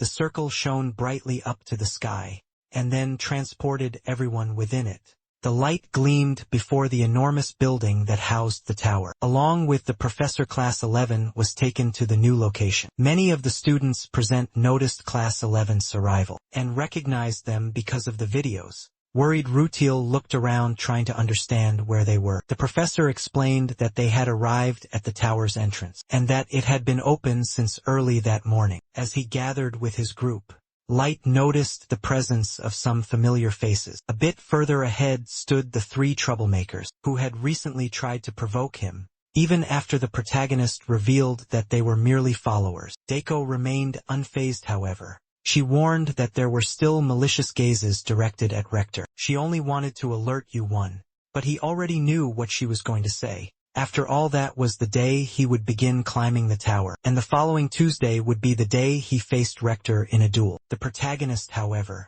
didn't care at all about his opponent's presence. Without hesitation, he simply called the others to move forward. There was little time until the duel, and he needed to grow stronger by advancing further into the tower. The professor wanted to give some safety instructions, and asked them to finish the exploration early. The protagonist listened attentively, and when the professor asked how long they planned to explore the tower, he wanted to know if he could answer on behalf of everyone. The others agreed, punching his fist with determination. He declared they would stay for 2 nights and 3 days. As he spoke, he opened his hand and made a small device appear, a mini video camera watching the group's growth. The professor smiled and reminded them to be careful, and so as the small camera floated, the protagonist led his team into the tower. Inside him burned a deep desire that his ancestors could see him at that moment. A few days earlier, during a meeting with the beautiful professor, the group revealed their intention to film their journey through the tower.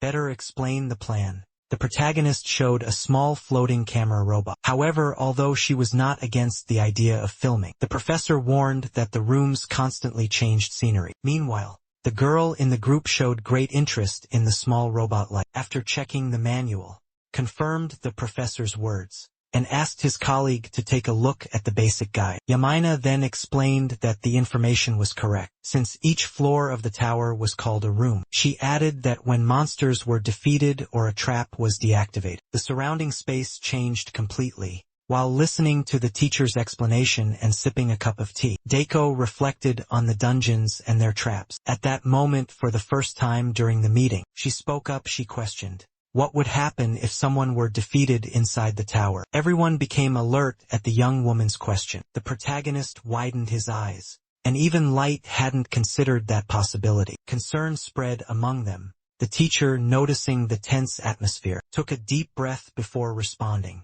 stating that the young woman was as sharp as ever. She then explained that even after a fatal attack, challengers would remain alive, which relieved both the protagonist and Light. To be more precise, the teacher clarified that if someone were defeated, they would be automatically transported to the tower's entrance. Still worried, the protagonist wanted to know if in that case, person would have to climb the tower again from the beginning. However, the teacher explained that thanks to a special artifact, they could re-enter exactly from the point where they had stopped. Showing a pendant, she stated that the item was rare. A student identification was essential to ensure the ascent. In the tower at that moment, the white-haired young woman interrupted the group's thoughts. She pointed out that the teacher had not been entirely clear. Thus she directly asked if there were areas within the tower where challengers could truly be eliminated. The teacher realized that the student had several doubts, and for a moment chose to remain silent. She also noticed that the young woman was more defiant than usual. After reflecting, she decided to respond,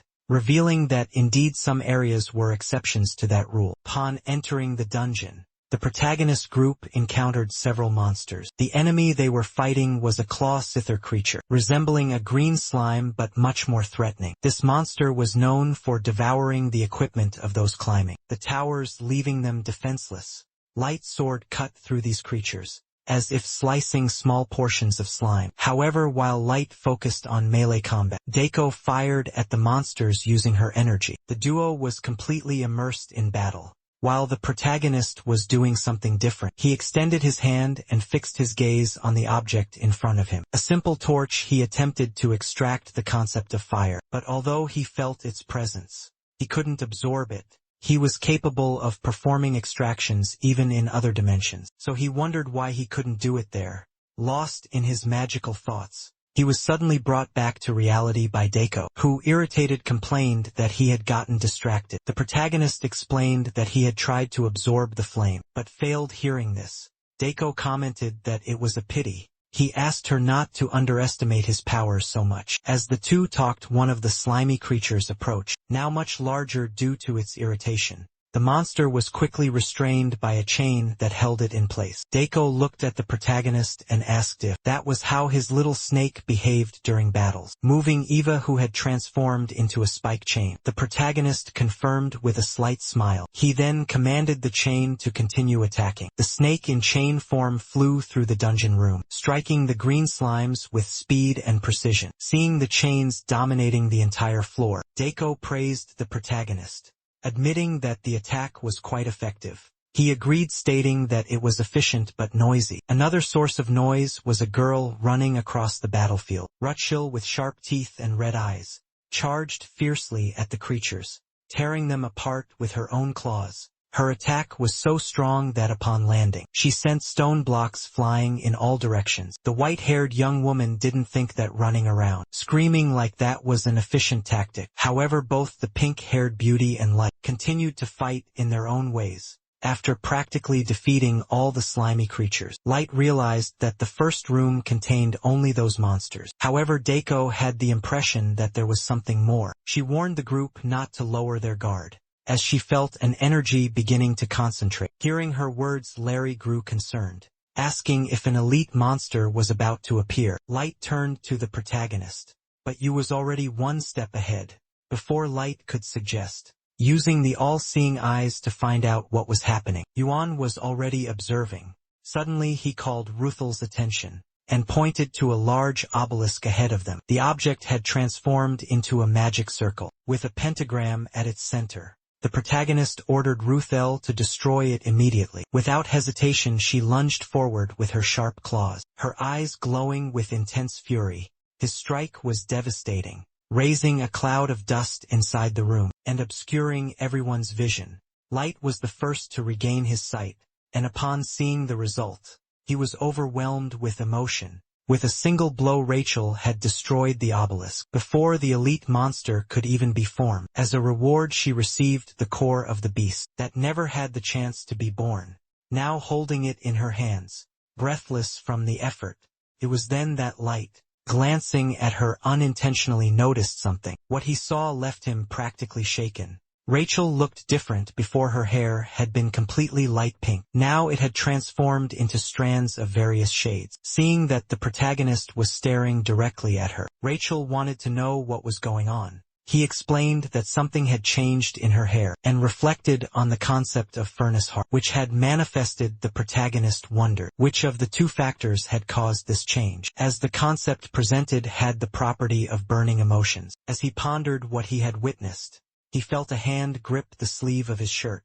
The young woman, worried, asked if she had become frightening during her attack. However, the protagonist smiled and instead said that in reality, she had given off a rather comforting feeling. Despite the kind words she heard, Ruthel insisted that the situation could get worse. Annoyed, her friend interrupted the conversation, questioning why she was so worried, since the protagonist had already assured her that everything was fine. She also stated that Ruthel could relax, because if she ever lost control, she herself would put an end to everything. The protagonist was startled by his friend's words, and tried to calm her down, saying that she shouldn't think that way. However, before he could insist, the girl crossed her arms, and declared that it would be better if only she and the protagonist climbed the tower. Feeling overwhelmed by so many comments, Rachel became uneasy to change the situation. The protagonist approached her, assuring her that he would find a solution. Smiling, he stated that he knew exactly why she was feeling that way, and that it was his duty to help her. The girl's depressed expression immediately changed, her eyes shining with hope. She grabbed his hands, sincerely thanking him, which made him blush slightly.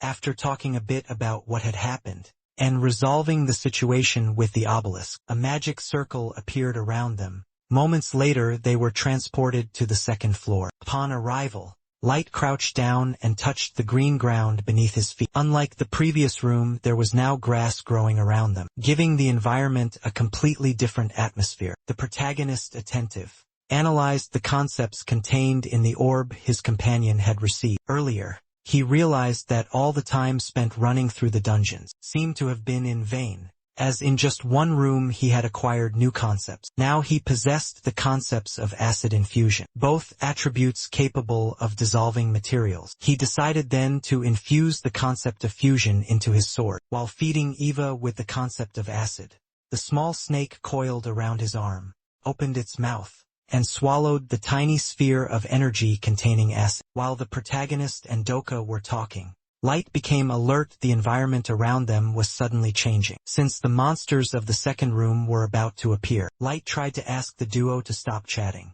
However, a laser suddenly passed right by his shoulder. The shot hit a monster emerging ahead.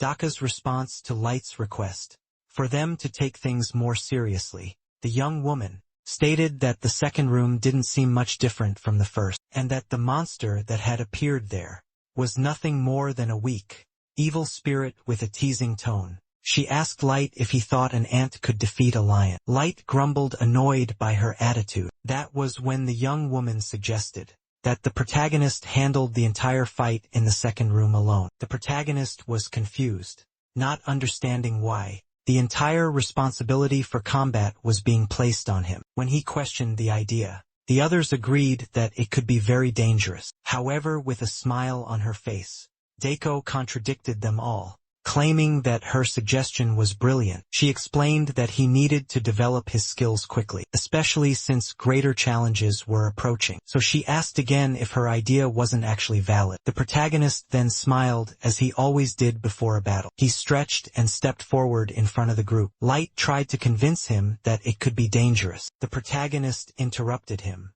He stated that everything was fine, and that his companion had already said this was necessary. Besides, he himself knew that he needed to grow stronger quickly. While stretching his hands, he asked if the two could help him if necessary. Seeing that there was no way to make him change his mind, Rutiel decided to cooperate, facing the various demonic spirits. The protagonist smiled, satisfied with the support of his friends. Then he called Doko and, looking at her, asked if she would help him later in case he conserved energy now. The young woman smiled with a proud expression, and promised that she would not let him perish. After the brief dialogue, the protagonist summoned Eva, drawing a magic circle above her. As she passed through the magic circle, Eva transformed into a massive firearm. The protagonist's command, she began firing at the demonic spirit. The monsters screamed as they were annihilated, some even dissolving into small rabbits. Rutiel and Light watched the scene, both impressed and somewhat startled. Blonde young man wondered if that was a typical weapon from the protagonist's world. He didn't know exactly what kind of armament it was, but he could see how quickly the enemies were being defeated. Because of this, he furrowed his brows, and deep down wished that the soldiers of his country could have access to weapons like that. Observing carefully, the white-haired young woman was also impressed by the power of the weapon Eva had become. However, she quickly realized a major disadvantage of that type of armament. The attacks were inconsistent, and only worked well in long-range combat. In enclosed spaces or melee battles, the weapon would be practically useless there where space was limited. This posed a problem, and as if to confirm her analysis, one of the ghosts silently slid behind the protagonist, preparing a sneak attack. The malicious spirit opened its enormous mouth, larger than the protagonist himself, ready to swallow him whole.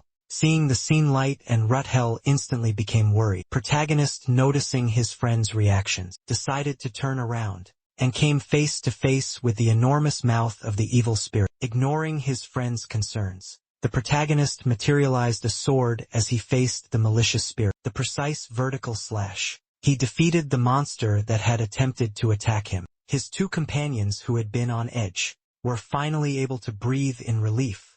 However, Light was surprised to see the protagonist holding a sword. After all, he had strengthened his own longsword with various attributes, preparing it for when he truly needed to use it. Meanwhile, the pink-haired girl had no idea that the protagonist was a swordsman. However, he explained that it wasn't quite like that. He said he was still far from being as skilled as Light or Doku. Hearing this, the young woman smiled, finding his humility well placed. He was proud of how much he had improved up to that point. But the protagonist didn't stop there.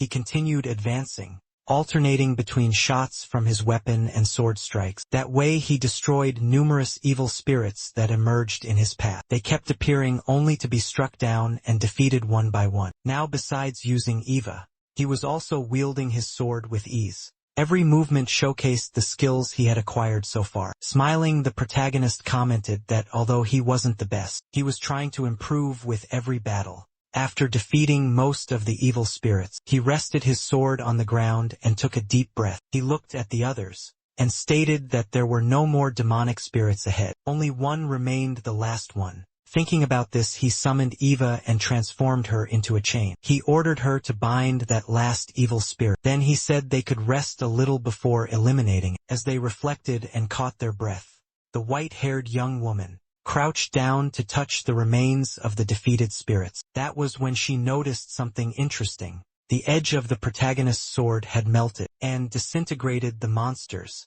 With that, she concluded that he was already using the abilities he had obtained in the previous room. This detail made her reflect on the recent events. Light also couldn't hide his surprise at the realization. Deiko, on the other hand, showered the protagonist with praise, stating that his last attack had been excellent. She began thinking aloud, commenting that she should focus more on her movements. Even so, she acknowledged that her style was better than simply swinging a sword. Without strategy, Light, however, became irritated and asked why she treated him as if he were naive. Meanwhile, the protagonist reached into his inventory and pulled out a cold can of energy drink. He opened it and began drinking calmly, laughing at the duo's argument. Seeing the scene, his three companions stared at him with threatening expressions. They were all furious, demanding to know what he was drinking. Some even wanted to try a bit.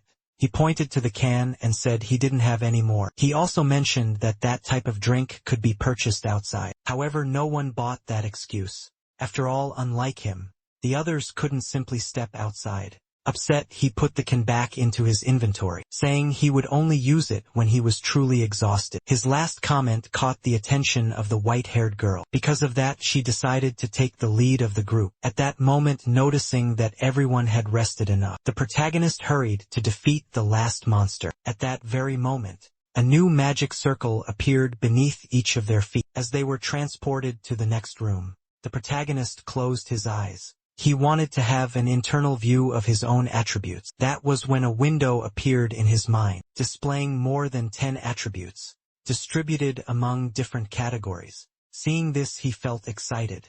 With that number of attributes, he could be considered at an intermediate level within the academy. However, he realized that to increase his efficiency, he should focus more on strengthening his swordsman attribute. The situation seemed to depend on how much he could improve his martial arts. After all, the difference between his strength and erectors was approximately 200 points. The protagonist concluded that there was no way to close that gap in just one weekend. However, since he was learning martial arts from the skilled young woman, he thought that perhaps he had found a path to follow. He knew that acquiring skills was important, but he also understood that nurturing those skills was even more essential, reflecting on his martial arts growth. He considered asking his companion to teach him a little more, but soon after he dismissed the thought, feeling it wouldn't be fair to burden her. As he tried to find ways to become stronger, several gusts of wind rushed toward him. The problem was that he was so absorbed in his thoughts that he didn't even notice what was happening.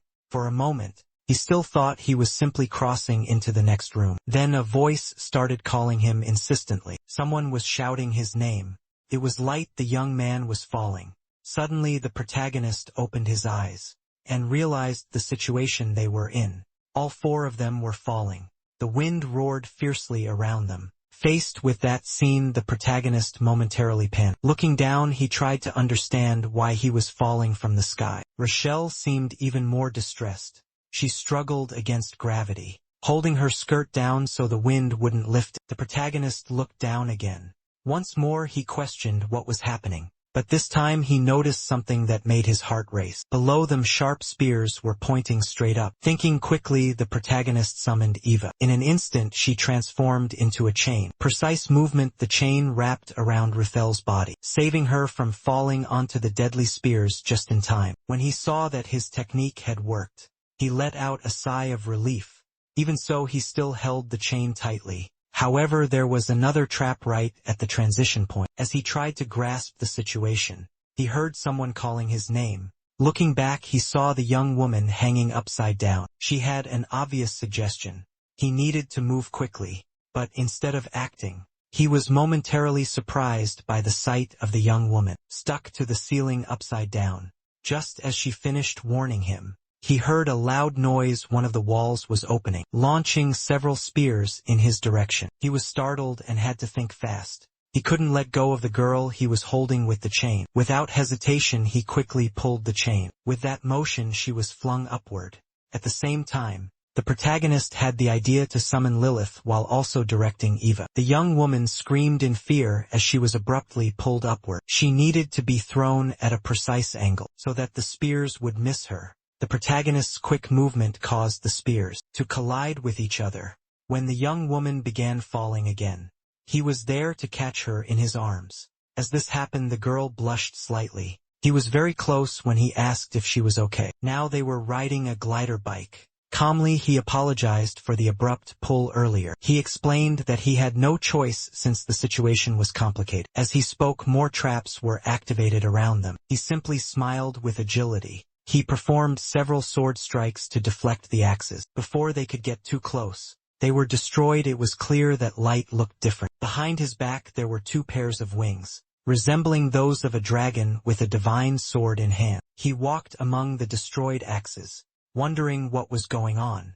That was when he remembered the meeting with the professor. She had said that the traps wouldn't appear until room 20. However, they were only in room 3. And the difficulty had already escalated to this level. Beating his wings to stay airborne, Light saw a floating bike moving through the room. He wondered when his companion had gotten that item. Meanwhile, the protagonist riding the floating motorcycle was frustrated. He accelerated at full speed.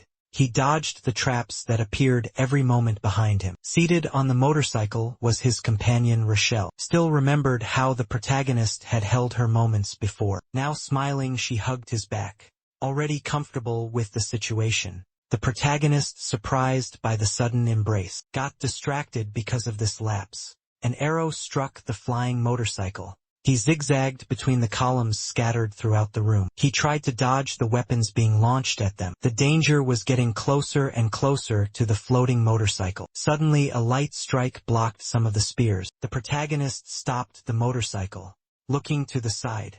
He saw Light floating. He wanted to know what Light was doing there, just running and watching, looking at Light's appearance. The protagonist was surprised by his wings. He asked what that was. However, the blonde also had a question pointing at the flying motorcycle. He wanted to know where it had come from. According to him, that item seemed to belong to Yun Wan's world. The protagonist then asked Light where the girl was. He thought she might have fallen into a trap. However, the situation was different from what he imagined. She was moving skillfully along the tower walls. The protagonist didn't know exactly where she was, but he trusted that she would never fall into a trap so easily. The skilled young woman dodged the spears like a professional, always with quick and precise movements. As he suspected, she kept her eyes sharp on everything happening around her. Now no longer worried about his safety, Light asked the protagonist what they should do. He remembered the manual. According to the instructions, they should. The protagonist asked Light to run to the other side of the room. That way he would have time to analyze the traps. While Light flew to the other side of the room,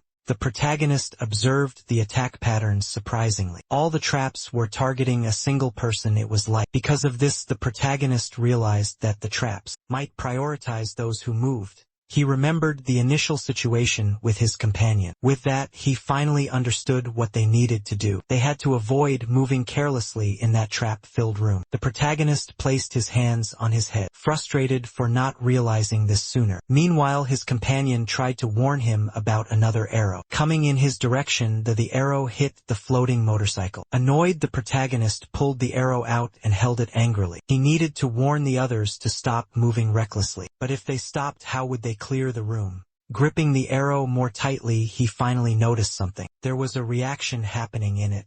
Looking closely, he saw that the arrow was being absorbed. This was different since the first room. He had tried to absorb concepts, but nothing had worked. He had always sought to understand why. Now he looked at his sword. He wondered if his guess was just a coincidence, but he wouldn't know if he didn't try, so he decided to grab the sword. His companion, not understanding, became curious to see what he was doing before her eyes. He began absorbing the sword as well. Both of them were surprised. After the sword disappeared from the protagonist's hand, turning into nothing but golden dust, he received a concept, though not the one he expected. Instead, he obtained the concept of cutting, which made him remember what had happened with the thrusting technique his companion had been teaching him. While he was thinking about this, Rochelle asked him to look in a certain direction. When he did, he saw that Light was surfing on a wave. After being thrown off the wave, annoyed Light leaned on his sword. Everything had happened because he let his guard down, thinking that only the weapons were dangerous. He hadn't expected to fall into that trap. After falling, Light's vision started to darken. Meanwhile, he realized that faced with dozens of new traps, he would hardly be able to defend himself. At that moment, the protagonist didn't hesitate. He was on Lilith, his hover bike, and had to leave Ruthel behind. Then he quickly set off toward Light. Ruthel only watched as her companion sped away, but he had already apologized to her earlier. However, she understood that he didn't want her getting involved in this either. As the protagonist moved across the waves that struck his companion, he gained more points in his water-related concepts. Thus, everything happened as he expected. And just like before, what had touched the protagonist was water, but he had received the concept of waves. Finally, he managed to understand his power, and realized why he hadn't received the concept of the sword earlier. As he advanced on the floating bike, Daiko jumped from pillar to pillar, moving quickly to analyze the situation. She was surprised when she looked down and saw the protagonist riding a floating bike, with waves of energy being launched to the sides. However, he was heading toward Light, as he had realized that the state of the substance, at the moment it manifested, determined the concept he would acquire. Just like the traps that had once aimed at his neck, he had obtained a beheading concept. Now, with that in mind, he sought to move forward, seeing arrows and spears being activated by the trap. All those weapons were falling toward Light. As he approached, he shouted, warning Light that he would take care of the situation, and thus he completed his advance with the bite. At that moment, he expected the ability of the all-seeing eye to deepen a little more. The arrows got closer and closer to Light, who was shouting for help from the protagonist, and he, closing his eyes, stretched out his hands aiming at the weapons. At that moment, he was trying to use his power, and when he opened his eyes, he activated the ability, and at the tip of each blade, a concept appeared which he could now understand. Now the intention behind each of them was revealed, and they were all coming toward him, since he had drawn all their focus onto himself. The blonde boy with blue eyes was incredulous at what had happened. He was safe, however. Now the protagonist was the perfect target for all those weapons. Holding one in his hands, since he had no intention of picking them up one by one, he didn't want the possibility of them mixing and losing their individual essence. With that, by unleashing an extreme burst of energy, he managed to link the concept in his hand to the other concepts of the weapons. When he completed this power, a golden light shone and surrounded the protagonist with that. The protagonist was quite satisfied with the plan to infuse the concepts, as it had been successful. On the other side of the room, the pink-haired young woman watched everything. The remnants of the golden glow made the scene even more beautiful. Calmly, she stretched out her hands, so that the golden light from the destroyed weapons would land on them with a slight smile. It was clear that she was pleased with Yunwan's progress. He had finally stopped his bike, parking it a few meters from Light. Seeing that everything was settling down, the young man ran toward him. However, the protagonist was satisfied to see that his friend was also unharmed. Light looked at the protagonist in surprise, noticing what he was holding in his hands. The blonde young man wanted to know what it was, but the protagonist admitted he didn't know. He explained that it had appeared when he had gathered all the weapons. While the two were talking, a new trap was activated. They immediately went on high alert. However, to their relief, the two girls appeared, and with incredible synchronized movements, they managed to deflect the swords with their strikes. Thus, they prevented anything bad from happening to them. Rachel sighed in relief. Meanwhile, the white-haired young woman took the opportunity to scold the two. Once again, the protagonist was so excited by the girl's performance that he didn't even mind. Meanwhile, Light wasn't pleased at all. With the last trap under control, the four spheres reappeared, triggering the room transition, and as they were transported, the protagonist watched the duo argue again. While Light complained, the young woman acted as if she had heroically arrived at the last minute. Just to show off, the protagonist felt inspired. Even though the two were always bickering, he knew they would always save each other. Regarding Light's complaint, Daiko stated that she had waited until the last moment to arrive and surprise everyone. After Daiko's remark, they were transported to the next room.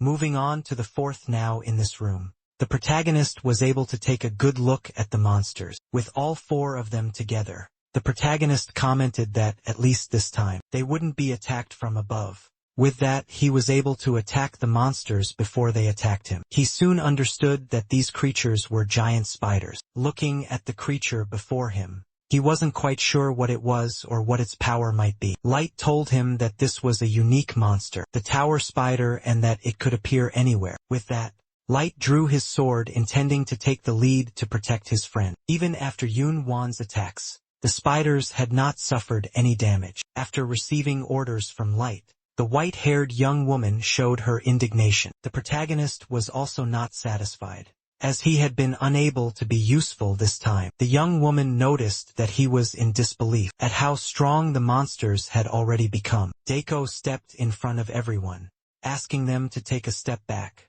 Looking at the protagonist, she asked him to carefully observe her next movements. After she concentrated energy in her hands, it formed into an attack like an energy cannon. With a powerful strike, the young woman quickly reached a large number of spiders. That movement left the protagonist astonished to witness a true explosion of energy. He also realized that the young woman's attack was much stronger than Eva's bullets, and at that moment, she instructed everyone to let the protagonist land the final attack. Looking at the protagonist, she smiled and said she was a phenomenal teacher. Looking back at her, the protagonist gave a slightly awkward smile. Quickly he drew his sword, asking Light to cover his back.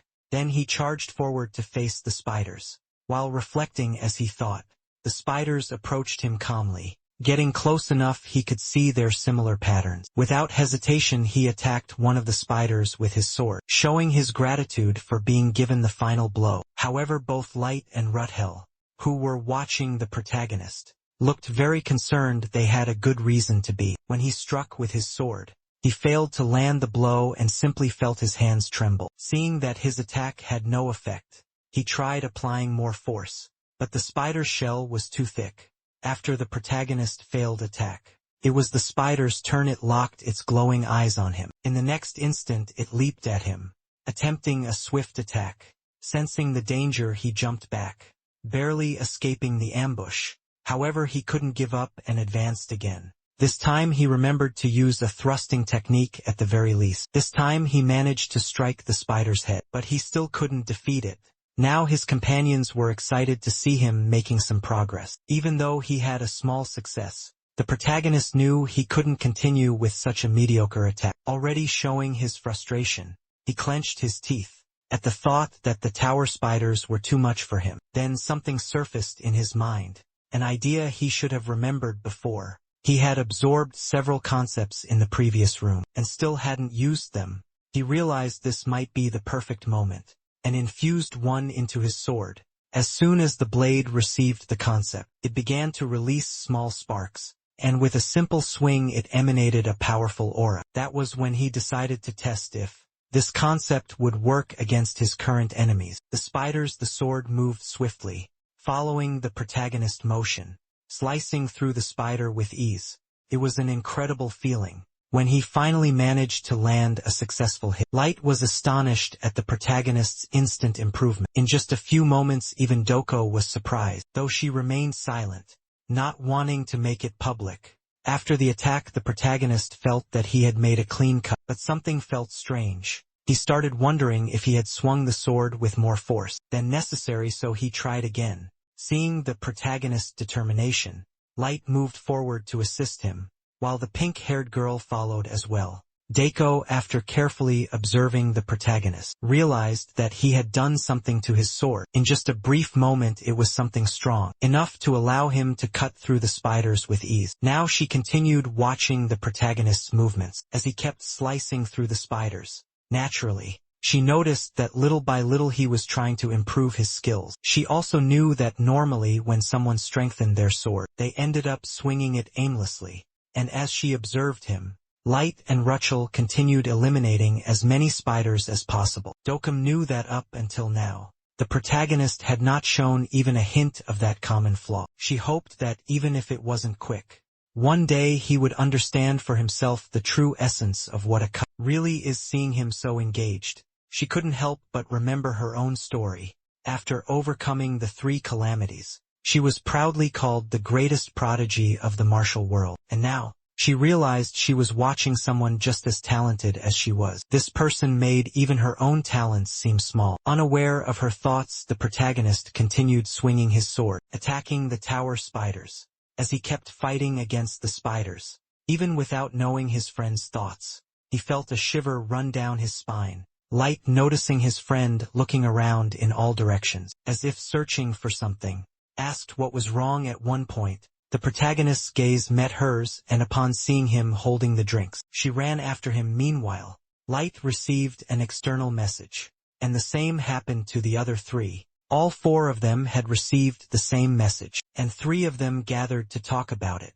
But someone noticed something unusual. The blonde boy with blue eyes was the first to open the message, which told them to leave the tower. The protagonist didn't understand why they were suddenly being told to leave, but they saw that the message was from the director. While Rachel noticed that the something was bothering Delco, she herself didn't seem to have realized anything. But the moment of peace was broken when Rachel shouted to alert the others that the enemy was coming. The protagonist was the first to look at the girl, and then all the others turned and were startled. They saw that 2 large portals had opened, with hundreds of spiders pouring out of them. Now they finally understood why they had been told to leave the tower. Immediately after the 2 portals appeared, more cracks began to form. When they checked their student identification devices, they realized there was no signal, with the notifications no longer working. The group was completely trapped inside the tower's room. Light, preparing himself, gripped his sword tightly. They knew that this was the exact situation the professor had warned them about, one that could eliminate them for good. The numerous portals completely filled the tower's room with spiders, covering the ground walls and ceiling. They advanced rapidly, leaving no room for escape. Yahello was the first to charge forward, followed closely by Light, who wielded his sword faced with so many spiders. The protagonist was terrified. He had never faced anything this dangerous before. He remembered that during the meeting, Yuhina had revealed that there was a high probability of dimensional pirates invading the tower at the time. Since the protagonist didn't know what dimensional pirates were, the professor had said she would explain later. For now she needed to focus on the main problem, the abnormalities caused by unusual invasions. She explained that areas once considered safe zones could suddenly turn hostile. As the number of monsters multiplied, the difficulty level could increase unpredictably, and many other problems could arise simultaneously. The more the professor explained, the more frightened they became. After explaining everything, she asked them to remember that the tower did not guarantee their safety. Now they were trapped in exactly the kind of situation the professor had warned them about. The protagonist group had to find a way to survive. Just then an explosion blasted through a wall, opening another passage. Riding his floating bike, the protagonist carried Ruthel, while the others rushed toward a more open area. Seeing the spiders starting to pour through the new opening, Light was growing more frustrated with the seemingly endless wave of creatures. Ruthel bared her teeth in anger as she watched the spiders swarming from the adjacent room. Slowly the glow in the spiders' eyes grew more intense. As they approached the passage the group of students had used to escape, they moved in an organized manner, flooding into the room. Seeing so many enemies, the white-haired young woman commented that they seemed endless, and then she struck again. Using an energy burst, she targeted a cluster of spiders and fired. Her successful attack wiped out many of the creatures. Seeing her determination, Light also decided to join the battle. Swinging his sword, Their combined assault was taking down multiple spiders at once, and the protagonist observed the intense battle. Daiko must have already defeated dozens of spiders, and Light wasn't falling behind in terms of attacks. Both were already showing signs of exhaustion. Then there was Rachel who, after using so much of her power, had most of her hair darkened. The young woman barely spoke. She only growled, driven by the urge to eliminate all the spiders. The protagonist knew that if this continued, and her hair turned completely dark, it would be a bad scenario. Doko, noticing the protagonist's concern, stopped attacking and joined him. She started commenting on Rucho's situation, and at that moment she stated that she wouldn't be able to go much further without taking a break. Hearing the young woman say she was getting exhausted quickly, the protagonist didn't hesitate and pulled an energy drink from his inventory. He told her that he would hold off the spiders, while she could drink in peace, and that's exactly what she did. She took the drink from the protagonist's hand. With a can in her hand, she smiled, and asked if he really believed he could handle the situation. On his own affirming that he could, he suddenly pulled out a grenade, showing that he was well prepared for the fight. He quickly pulled the pin and got ready to throw it. He asked the young woman to watch closely. Then he hurled the grenade, which flew rapidly above the spiders. As the grenade remained in the air, Rochelle took notice of its presence and watched attentively. Suddenly a strange power enveloped the grenade, and while still midair it exploded.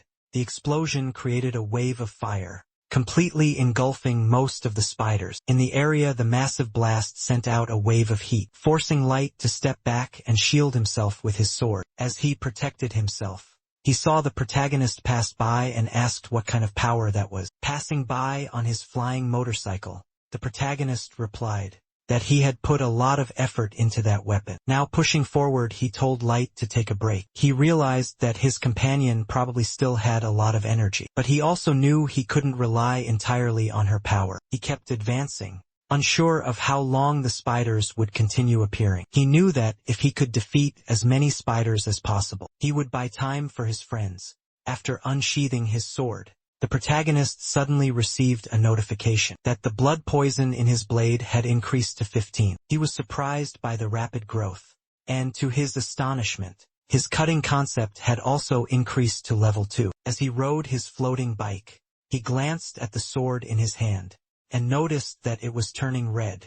Although he didn't know exactly what the blood poison was based on, he kept advancing, knowing he would discover the answer soon enough. When he used that sword against the spiders, swinging the sword, a large amount of energy was unleashed. Along with the cut, something surprising happened. The trajectory of the blade seemed to change, as if it had grown stronger as he fought the spiders. He noticed that the cutting concept was increasing the sword's power, and the blood poison was extending the reach of his attacks. However, for that to happen, the sword needed to absorb his own blood. The protagonist felt uneasy with the weapon, realizing he wouldn't be able to use it frequently. As Light approached, he admitted that he was once again impressed by what the protagonist had shown. Seeing Light and Dugo approaching, the protagonist asked where Rutiel was. The two explained that she was likely still eliminating spiders. The protagonist wanted to insist that Light and the white-haired girl take a break, but they had already rested enough.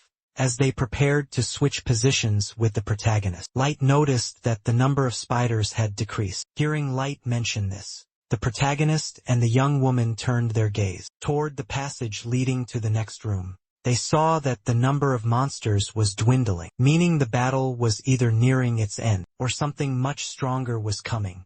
As the three of them discussed this, the young woman felt exactly what they were talking about, an eerie energy that made her growl. She stopped in front of a specific spot and noticed that a portal, larger than the previous ones, had begun forming in the room. That was when the elite boss of the tower spiders began emerging from the new opening. The protagonist was shocked upon seeing the enormous spider, many times larger than any of the others. While the protagonist was still processing the young woman's words, Light was shouting for his attention. When Light asked whether there should be more than one elite monster, it caught the protagonist's attention and he turned to look. That's when he understood why Light was so frantic. There wasn't just one monster, There were two looking at the second giant spider. Yuan realized that this was the worst-case scenario. Now they were completely surrounded by two of those monsters. Completely trapped, Light became extremely nervous, questioning what was happening. While he panicked, the young woman continued sipping her drink. Unlike the others, Rachel was growing increasingly agitated, baring her fangs.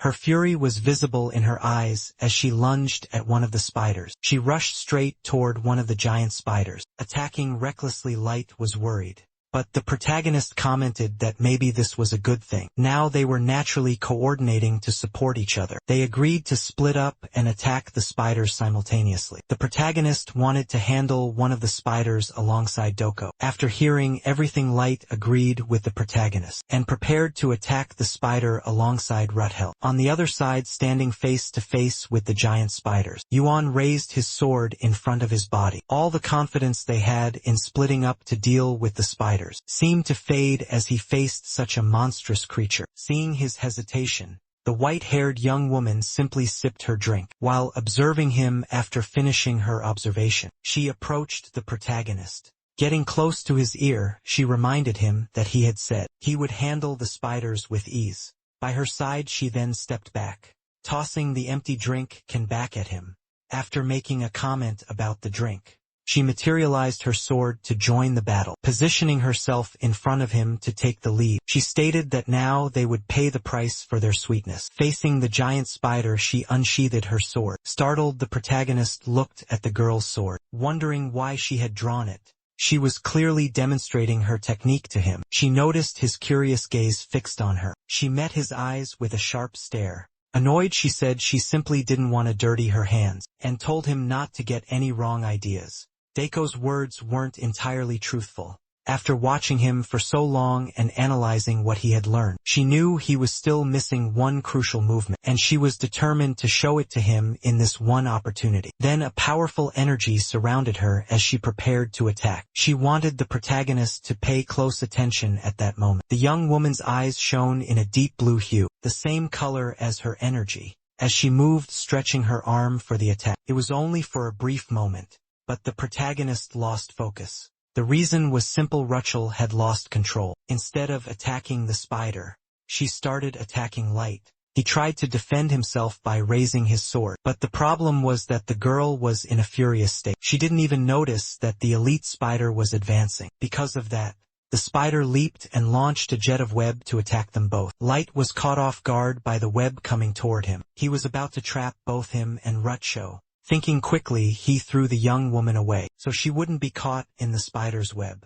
As a result, he was left alone, wrapped in the spider's trap. While the girl landed safely on top of a pillar, she stared at the spider, growling. While Light was still tangled in the webs, the giant spider roared at the girl, and in her beast-like state, she roared back, looking at everything happening around him. It was impossible for the protagonist to maintain full concentration. Noticing his lack of focus, Doko asked what he was looking at. She made it clear that he should only be looking at her. He replied that he was looking, but he wasn't fully focused. The moment he revealed his concerns, she moved her sword, observing her own movements carefully as energy surrounded her. As Doko assured him that everything was fine, the spider in front of her fell, split cleanly in half. The strike that Doko had executed was a simple movement, coming from below and cutting upward.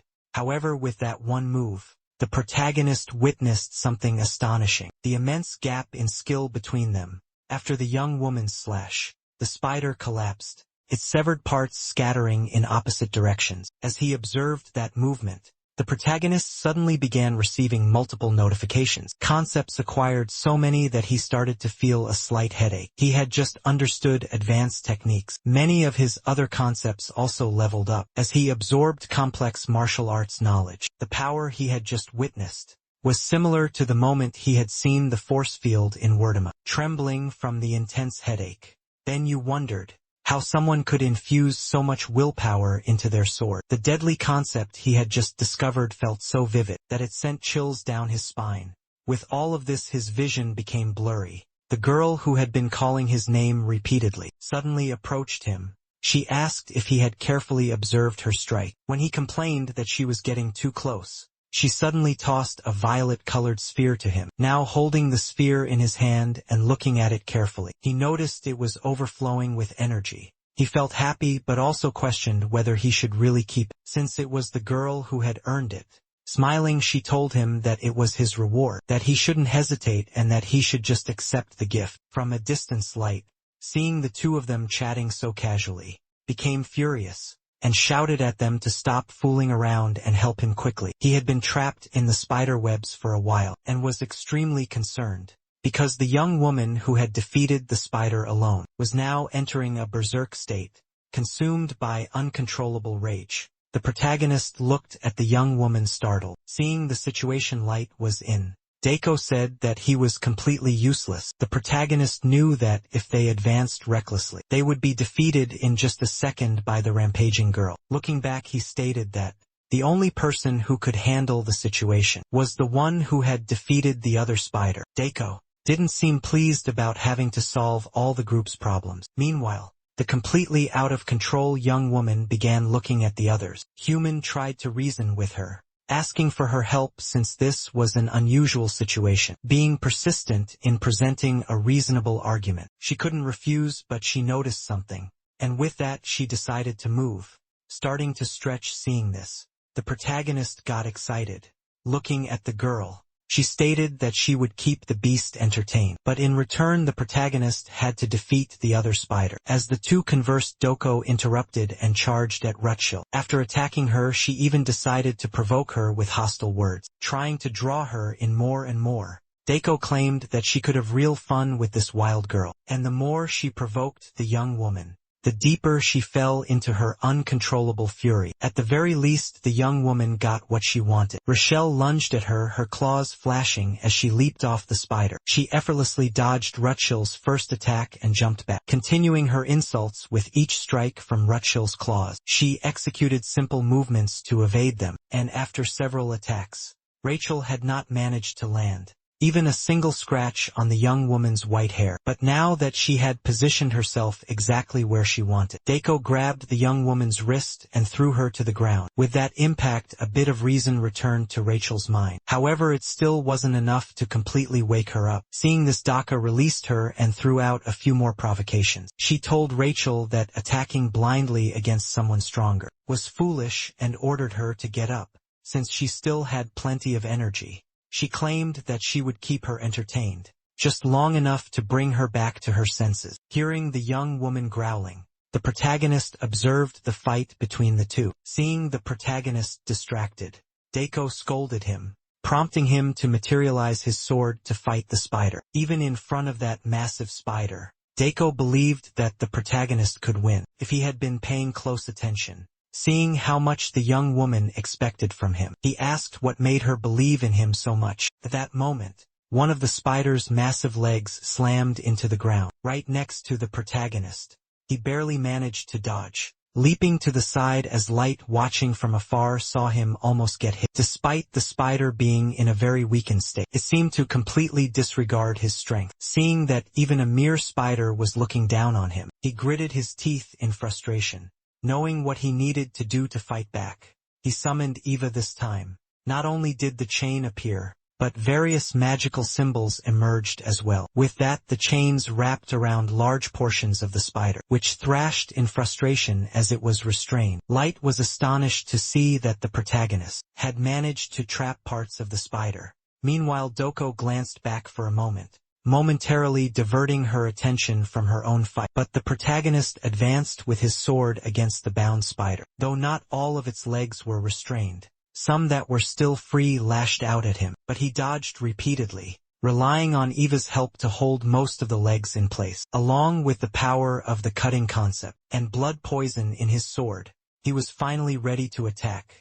He closed the distance with the spider, ensuring that his strike would land properly. The spider sensed the impending danger, and the boy, his eyes burning with rage, slashed at the giant creature. His blade struck the spider, but it wasn't strong enough to finish it off. Watching the protagonist attack, Light remained skeptical, wondering why his blow hadn't been effective. Effortlessly dodging Rutschel, Daiko observed Yu-One with her sharp eyes. The protagonist stepped back, a few meters after his first attack failed. Questioning why his strike had been so weak, looking at his sword, he finally realized that the blood poison hadn't activated properly. At that moment the spider, still bound by the chains, started breaking free. As he processed this, he understood why one of his abilities had failed. After the spider shattered all the chains, it was ready to strike back at the protagonist. Without hesitation it launched an attack with its massive legs, a strike that could end his battle in an instant. Watching as the giant spider shattered the chains and prepared to strike the protagonist, as dust filled the room, Deiko froze, leaving an opening for an attack.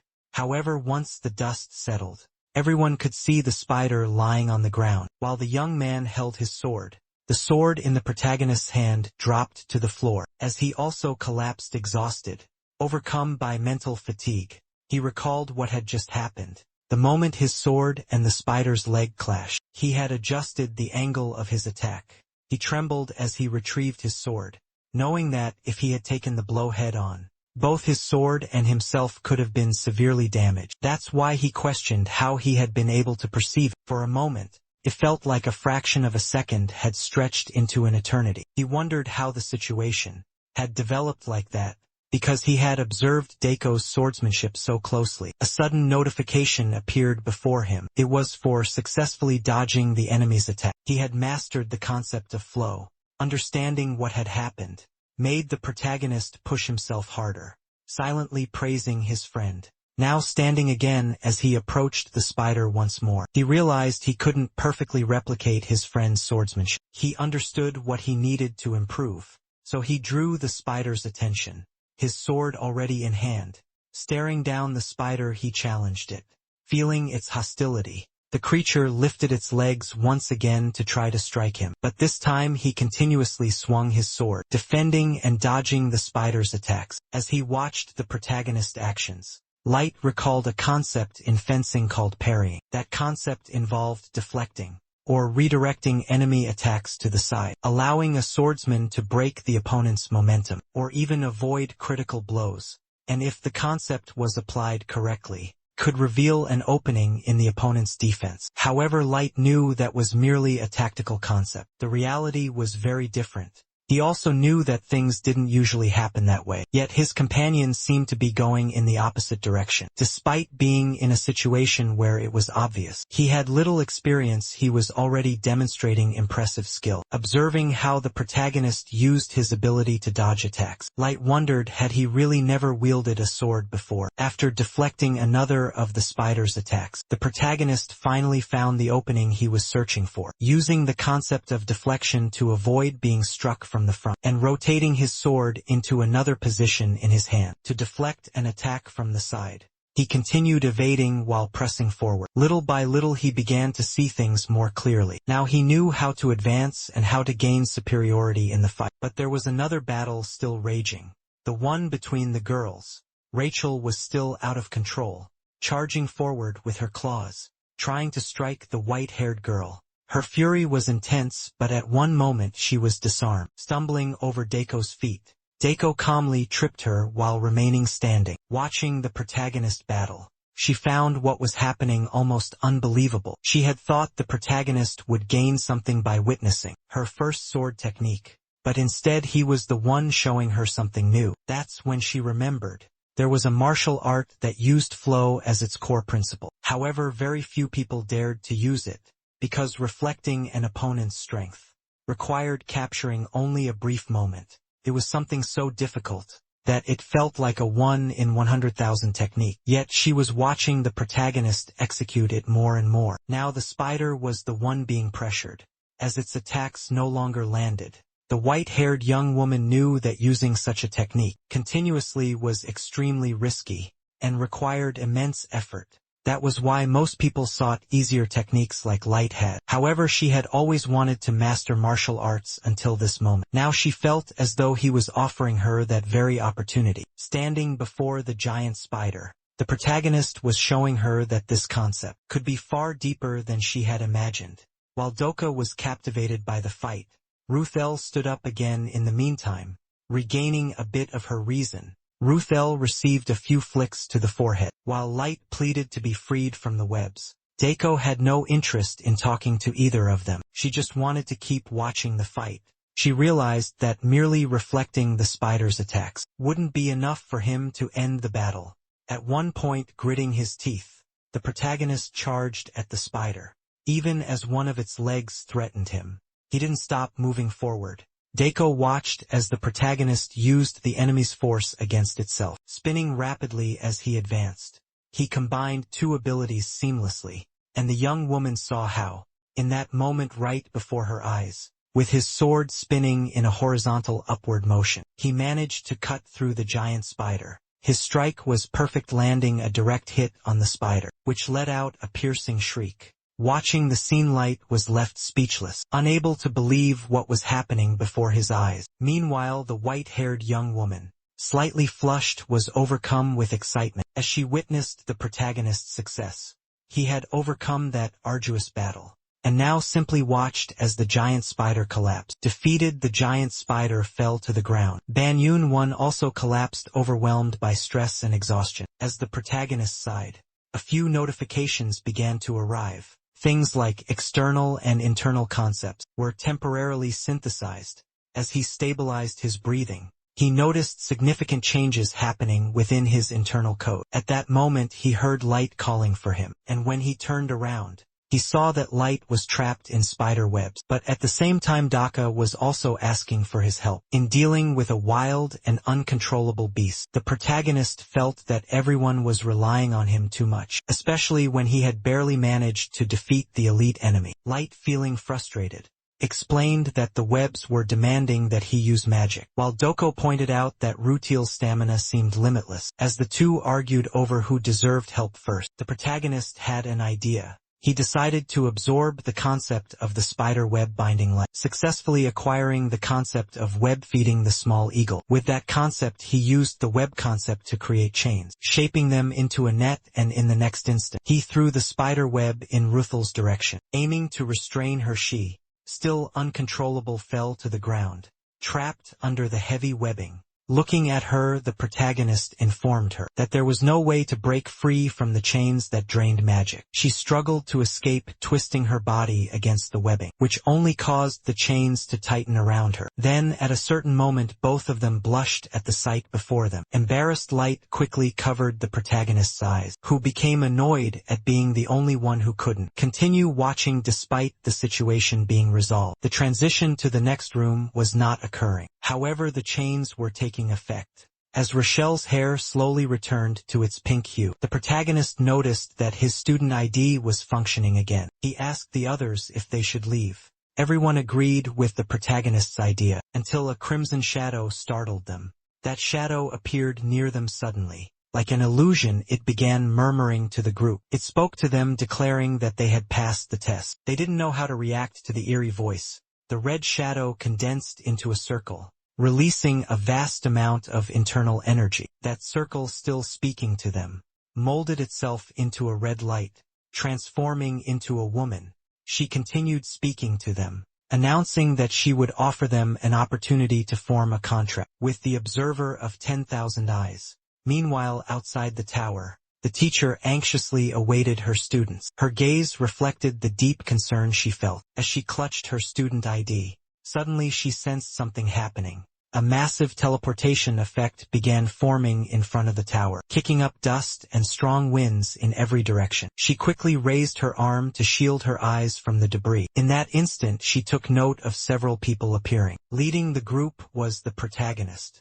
Yuaina approached the students, asking if everyone was okay, if they were injured or suffering from any side effects. As she repeated the question, they reassured her that they were fine and that she could calm down. Many of the other students were shocked to see those who had returned. The teacher admitted that she had been extremely worried, as none of them had exited the tower, even after the evacuation order had been issued. Hearing her words, the 4 students snapped back to reality. The protagonist, contemplating how to explain everything to their teacher, asked if they could move to another location first. The goal was to relocate somewhere more secluded. The protagonist wanted an explanation from her. Since everyone agreed that he should speak on behalf of the group, he began explaining. He told her that he had been caught in an irregularity. After transitioning to room 4, He described what had happened shortly after they entered, and what occurred after they entered the tower. None of them fully understood what had happened. Once they were inside, it was even harder to put it all into words. Teacher lowered her head, lost in thought, as if deciding how much to reveal. But in the end, she delivered the shocking news to all of them. She had to inform them that one of the students had been eliminated by an external intruder. She stated that the academy was handling the entire situation. However, the students who had been in the same group as the fallen student were deeply shaken. She explained that this was the event that had triggered the irregularity. And then, she asked if she hadn't already warned them about external invaders. They revealed that they were dimensional pirates, who were always aiming for new students.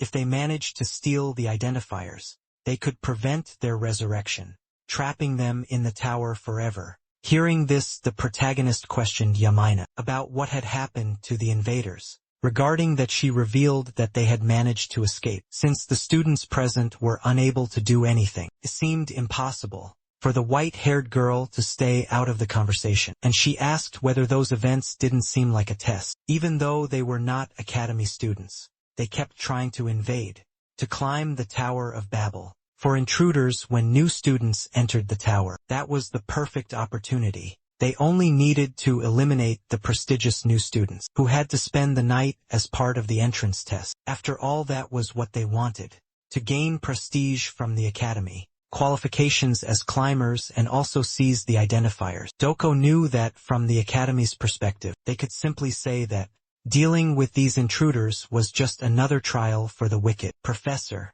Yamina could hardly believe she was hearing this from her student, Doko Yun. Seeing that her teacher didn't even have a stance on the matter, the white-haired girl simply sighed. She pointed out that there were invaders trying to infiltrate the tower, which was the essence of the academy, and that nothing could be done. This made the girl think that such an academy could not claim to be the best multi-dimensional academy.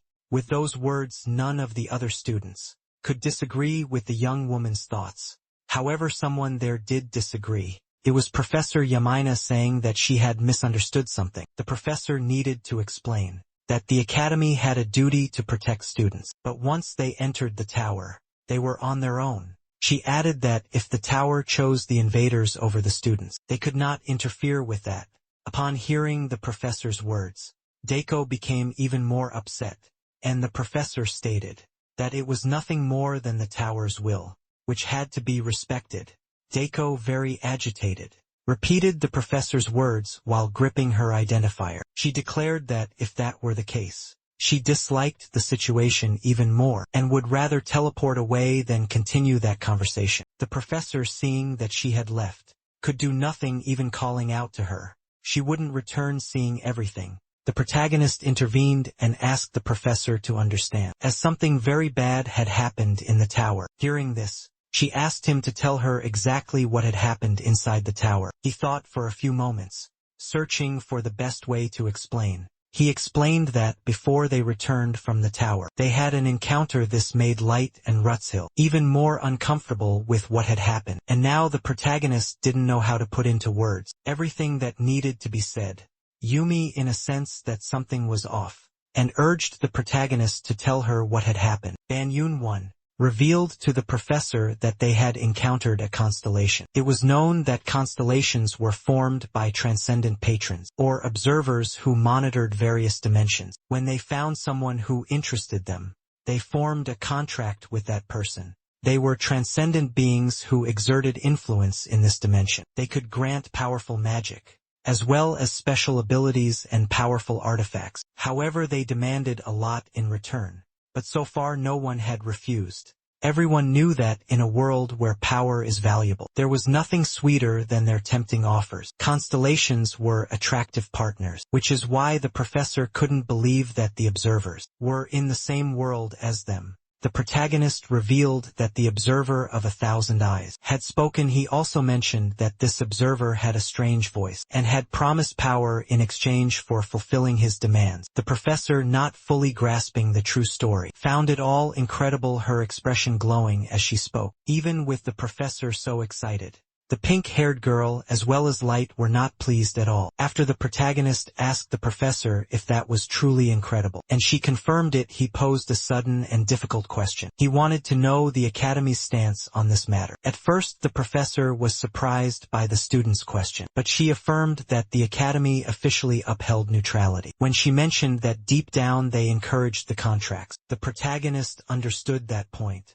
Hearing all this internally, the protagonist couldn't believe that a place like the Academy had no defenses whatsoever. Snapping back to reality due to the professor's insistent questions about what the observer had requested. That question made Ban Yun-won even more tense, and he revealed that the request was for elimination. The professor was shocked by what the protagonist had said. She was confused and wanted him to be clearer in his response. That was when he revealed the full story. The observer had promised to contract 2 of them if they agreed to eliminate the other 2. That was the reason for the group's frustration. He recounted that earlier when they were in the tower, the strange voice of the constellation had spoken to them, making a bizarre proposal and swearing loyal love. The old man extended his hand to the 4, waiting for one of them to move first and quickly fulfill his request. The protagonist remembered, gritting his teeth in response to so much senseless talk. He wasn't going to join in on this and hoped that Doko wouldn't either. Looking to the side,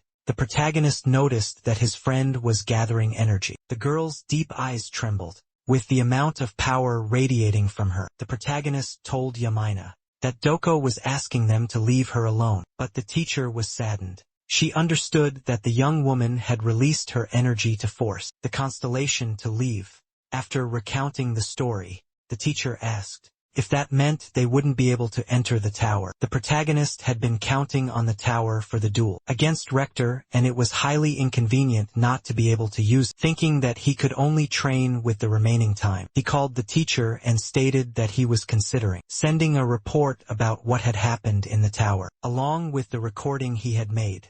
She said that was fine, but if possible, she would like to hear more about the matter over a meal. However, when he looked at the girl, he saw that it wouldn't be possible to do that, given everything that had happened. The protagonist explained both of them were visibly exhausted, physically and mentally. She was devastated upon understanding the students' feelings. In the end, the teacher praised the 3 for their good work. The protagonist was very grateful for her consideration. Meanwhile, she assured them that she would do everything possible to ensure such a situation would not happen again, hoping that none of them would think poorly of the Academy. With that, she asked everyone to rest well. Light bid farewell to the 2, as he and Rutil left using teleportation. As the protagonist requested that they pass along Daiko's regards, he was about to leave as well, but the teacher asked him to wait a moment. She stated that she had a question to ask, and warned that she would be direct.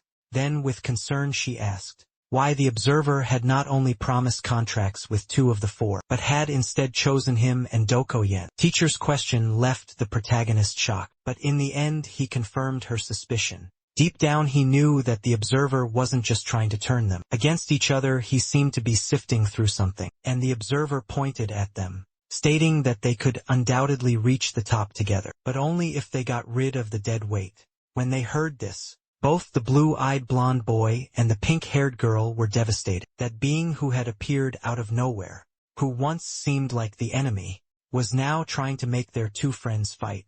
Protagonist and the white-haired young woman were taken aback by the proposal. The being was promising that as long as they eliminated the other 2, all climbers would receive even more radiant treasure, and they should take advantage of it, because that was the way of the world. After recounting everything and reflecting on it with Professor Yamina, he returned to his dormitory, finding her sitting in a fetal position.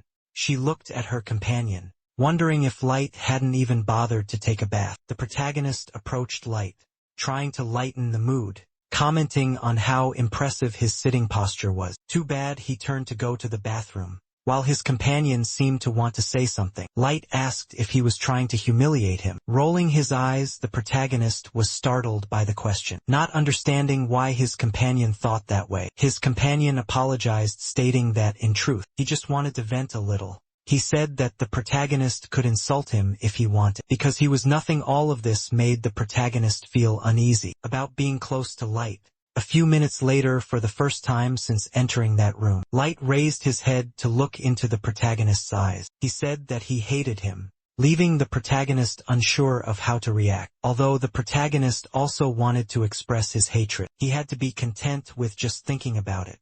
For that reason he had to endure and wait, telling himself that Light was naive, which could be useful despite everything. The protagonist decided to sit down and listen to what his roommate had to say. That was when he told Light that he could say whatever he wanted. He wouldn't mind, however. Light remained seated in a depressed manner, but eventually decided to speak. He said that he was also important in his world. He was one of the most talented, and from what the protagonist knew of Light, he had already expected him to be gifted in his world. Light's father had told him that he was exaggerating, had his family and even his companions. They praised and commented on his talent, even granting him the sacred sword, and trusting him with unparalleled power. He recounted that thanks to everyone who trusted him, he was able to form a contract with the sacred sword. Aura asked why they were so worried about the protagonist, who still tried to tell Light that he was talented, not needing to take into account the words of that ridiculous entity. While listening to what the protagonist was saying, Light widened his eyes. As for him, the situation was different because of that. Light used the protagonist's words against him, stating that it was easy to ignore the entity since he had been chosen. Light, deeply offended, continued his complaints to begin with. They were divine beings, transcendent beings, far stronger and more recognized than humans. He couldn't believe that the protagonist Dako could refuse so easily. Upon hearing that the protagonist was surprised by the question, he more or less understood what Light was trying to insinuate with his words, then lowered his head and affirmed he had rejected, because that kind of proposal was meaningless. He also explained that there were many ways to stand out. Light, however, stated that he was only saying that because he had overwhelming talent, and he, to be honest, said that if he were able to receive a choice from a divine being, he would hesitate, but with some reluctance. The protagonist couldn't believe he was hearing Light say that he wouldn't reject it so easily. He admitted that he might have made that choice. The fact was that he felt resentful and afraid. Faced with that unsettling revelation, the protagonist couldn't say anything. After his bath, he sighed several times. While drying his hair, he looked around and noticed that now calmer Light had gone to bed. Sensing that he was more at ease, the protagonist looked at him. For a moment he even thought that he was asleep and decided to leave. But that moment the young man called him Light, now with a guilty expression on his face, apologized to the protagonist for crying like that. He also said that what had happened wasn't just his fault, and so he apologized for acting that way. Since his friend was calmer and apologizing, the protagonist gave a slight smile. He said it was fine because they were friends. After hearing those words, Light had to try hard not to cry. The protagonist assured him that he could always talk to him, then mentioned that he would need to leave for a while. After that, he opened his inventory and pulled out a mug of hot chocolate, planning to leave it for Light. Placing the cup there, he remarked that unpleasant things tend to go away after eating something sweet. After leaving the room, the protagonist thought for a bit. He felt that he had changed since the first time.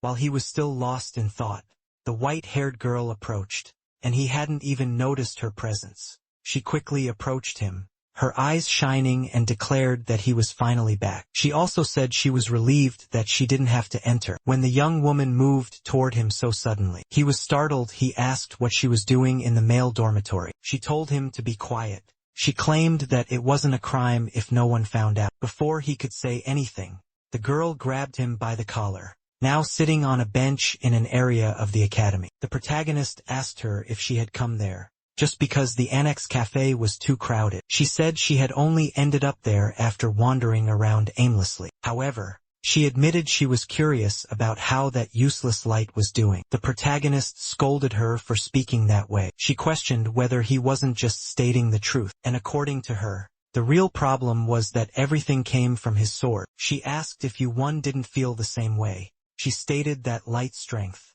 his sharp combat instincts, even his special abilities all came from the sword without hesitation. She added a few more complaints to her long list against Light. She also pointed out that he didn't even understand the situation. The protagonist, feeling frustrated, asked her to stop, but she concluded by saying that in difficult times, Light even lost his courage and spirit.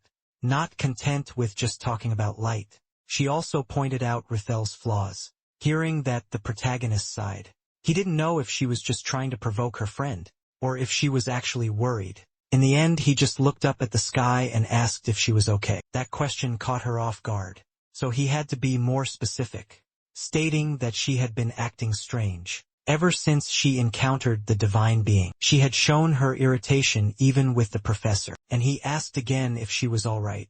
The young woman was startled, her face turning red in a moment of shyness. She asked if he had figured it out using his abilities, simply tilted his head back. Returning to a normal position, he took out some more hot chocolate from his inventory for the two of them, handing her the hot chocolate. He revealed that he didn't need any special skills to read her, as she revealed everything through her expressions. Daiko didn't know what to do.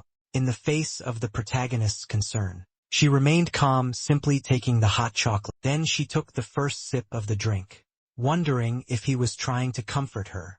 After the first sip, she remarked that the drink was sweeter than she had expected. However, the protagonist wanted to know what she had expected from a sex chocolate drink. She then remembered the observer they encountered in the tower, and shared her thoughts with him. She wondered if the two of them thought the same way. So many ideas coming from her startled him. The beings they encountered in the tower existed only to destroy, in pursuit of desires. She asked the protagonist if he thought that both the being and she shared the same mindset faced with this question. The protagonist was once again taken aback. Knowing that he wouldn't be able to answer, she responded for him. In essence, it was the same thing. She thought that if the two of them weren't useful in some way, she would have considered discarding them. Her words shocked the protagonist. She realized that if she had been more radical, she would have been carried away by the idea of choosing only the best. She could have easily neglected Light, and the incompetent pink-haired girl Danko blamed herself for the uselessness of the other two. She thought she shouldn't have had such thoughts. The protagonist, unsure of what to say, took a sip of his drink, seeking some inspiration in it. After a while, and hearing the girl reaffirm her thoughts for a moment, he decided to look at her and told her that she was naive as well. She blushed and turned her face away from him. She had just confessed her deepest thoughts. When she asked if he thought the other two had talent, it was obvious that he believed they did. Meanwhile, Light in his room was staring at his cup, while the protagonist told his friend about their qualities, since he had a tendency to rely too much on a sacred sword. At the same time, Light picked up his cup of hot chocolate in his room, since Light couldn't keep up with the circumstances. However, the protagonist thought the same applied to Rutil, as she possessed an incredibly strong ability. The problem was that all that potential was being wasted, due to her internal struggles. If both of them could overcome and correct their weaknesses and flaws, he knew they would become strong fighters. For that reason, he tried to convince his companion that their talents would surprise them both. The white-haired girl tried to follow the protagonist's reasoning, but she didn't have the same capacity. In silence, gripping the sides of her cup, she showed that she didn't have the same confidence in their friends. As he did, the problem wasn't that she didn't believe in the others, but she decided to trust the protagonist. This surprised him at first. That encouraged him to hear from her whether, if their two friends trained, they would become stronger. The boy suddenly stood up, saying that if things happened as he was saying, that if the duo managed to overcome the challenges and grow, she would admit that he was right. However, if the result wasn't to her liking, he would have to take responsibility. Protagonist didn't like at all what she was saying, that he would have to bear responsibility. However, the young woman left him behind, with all the surprise and doubt still lingering in him. As she jumped down, she warned that if she wasted even a minute of her time, it would be his fault. He would be held responsible. Still, she bid him farewell, and asked him to meet up with the other two idiots the next morning. The next day, an intense battle was already underway in the training room. The protagonist watched the fight with a distant look on his face. Light was trying to advance against Doko, attempting to fight bare-handed. However, despite all his effort, he couldn't stop the girl from throwing him straight toward the protagonist. Light groaned on the ground, searching for his friend in a completely opposite direction from where he actually was, dragging himself in his direction. Light cried while demanding an explanation from the protagonist. He insisted, asking why he was the only one being beaten by that brute, who kept attacking him mercilessly. When she approached the two, cracking her knuckles, she scared them even more. He stated that they were undergoing physical training, so it was normal for some blows to be a little stronger, giving him a harsh reality check. She reminded Light that he wasn't like Ban, who learned things quickly. Lighten said that he needed his sword, but his friend and trainer didn't allow it.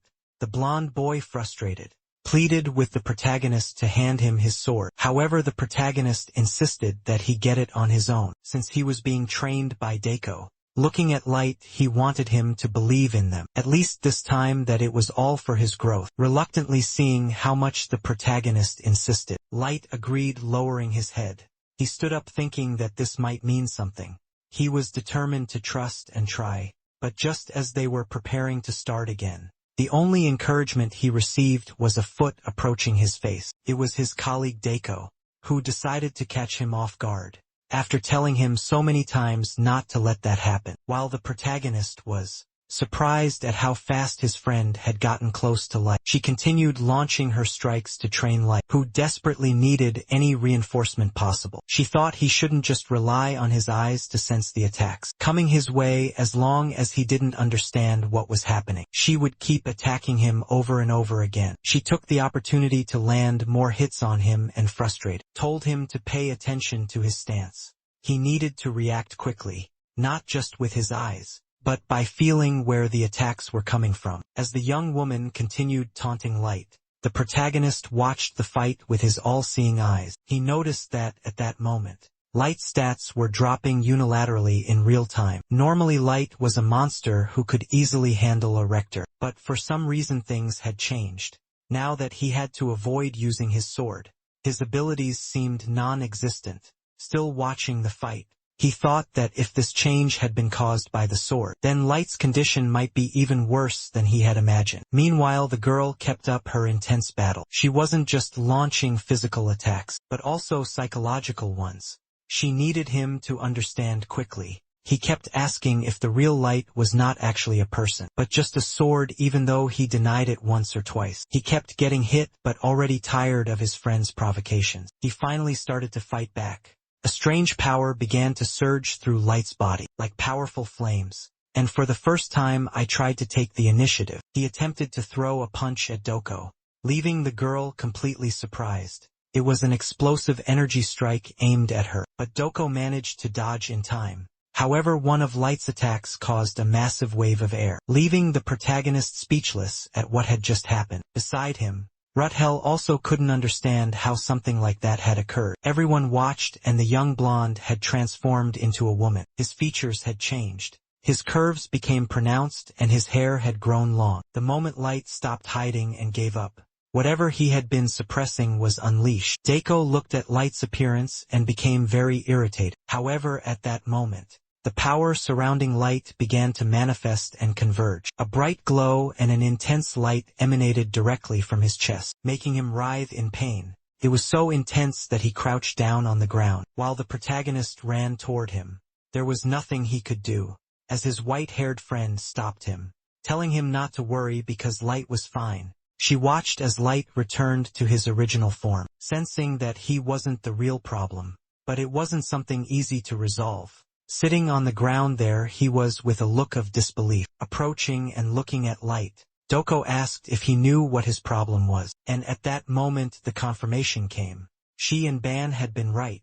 Light believed he couldn't keep going like this, but he asked her to continue fighting with him. She gave him a strange look before accepting the request. She stated that before anything else, she needed to apologize to Light because she had been mistaken. Seeing the young woman apologize in front of him, he felt embarrassed and even scratched his head, saying that she didn't need to apologize. Deiko's next words, however, were meant to sting. She said that she had thought he was naive and clueless, but not a completely clueless fool.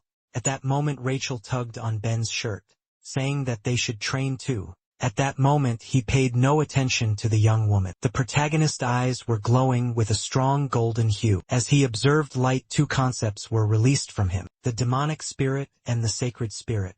Protagonist didn't understand how to Such opposite powers could coexist in the same place. He thought this might be the cause of everything. He even wanted to discuss it with a colleague, but decided to do it later. First he apologized to Rachel. The girl accepted his apology, saying it was fine but she still wanted to train. At that moment, he recalled how she had looked after her own transformation. She also thought things might go wrong, but she believed he would find a way. He quickly summoned his snake, knowing it was the only way to restrain her in case she transformed. Even so, he had some reservations, but the girl was firm in her conviction. She wanted to gain control over her own power, so she could help everyone. Determined to grant her request, he walked over to the rack, where several wooden swords were placed to choose one. After selecting one, he tossed it toward the girl. She caught the sword with a curious look. Unlike the battle between Duko and Light, the protagonist wanted him and the girl to determine their own pace. He didn't want them to be like the other pair, and the pink-haired girl understood his reasoning. And once they both had their wooden swords, the protagonist asked if they could start. As the girl said she would do her best, something surfaced in the protagonist's mind. He thought that this was what he had always dreamed of. For his university life, the essence of youth he had imagined. It wasn't about chaotic fights with senseless, powerful strikes. It was about young men and women encouraging one another. Just thinking about it, the protagonist smiled, slightly blushing as he realized how lucky he was. The girl, noticing that he was lost in thought, asked if they should begin. As soon as they decided to start, the adorable pink-haired girl unleashed all of her power, revealing claws 5 minutes after the beast showed its demonic side. The entire room was covered in dust as a terrified protagonist. He quickly called his snake Eva, transformed into chains and restrained the girl. Upon his request, the chains wrapped around the girl's body, again draining her energy and leading to her exhaustion. Shortly after, her power dissipated and she regained consciousness. It was clear how relieved he was. He now looked like he was about to collapse. She ran to him concerned, asking how many times this had happened. He told her it had occurred more than 10 times. The girl was sad, regretting that she had left him so drained, but he didn't want her to feel bad about it.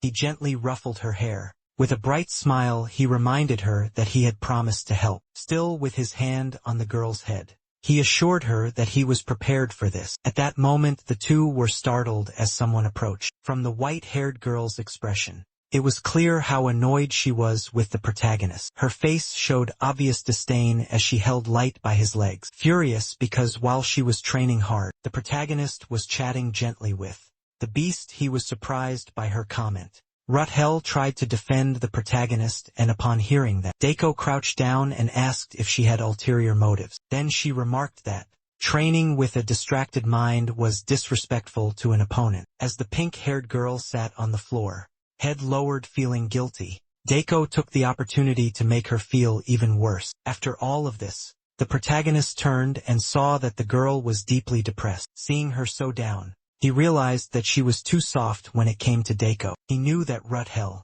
hadn't had enough time to take care of her mental health. Even so, she was trying her best. With that in mind, he assured everyone that everything was fine. Daiko was curious about what he meant by that. Answering her, he revealed that he had recently made a request to the professor. When he left the floating island, he wanted to take a rabbit with him, and the professor had agreed. Daiko, assuming he was referring to her, thought his request was great, but his words shattered her expectations. He informed the pink-haired girl that from that moment on, he would be taking her with him.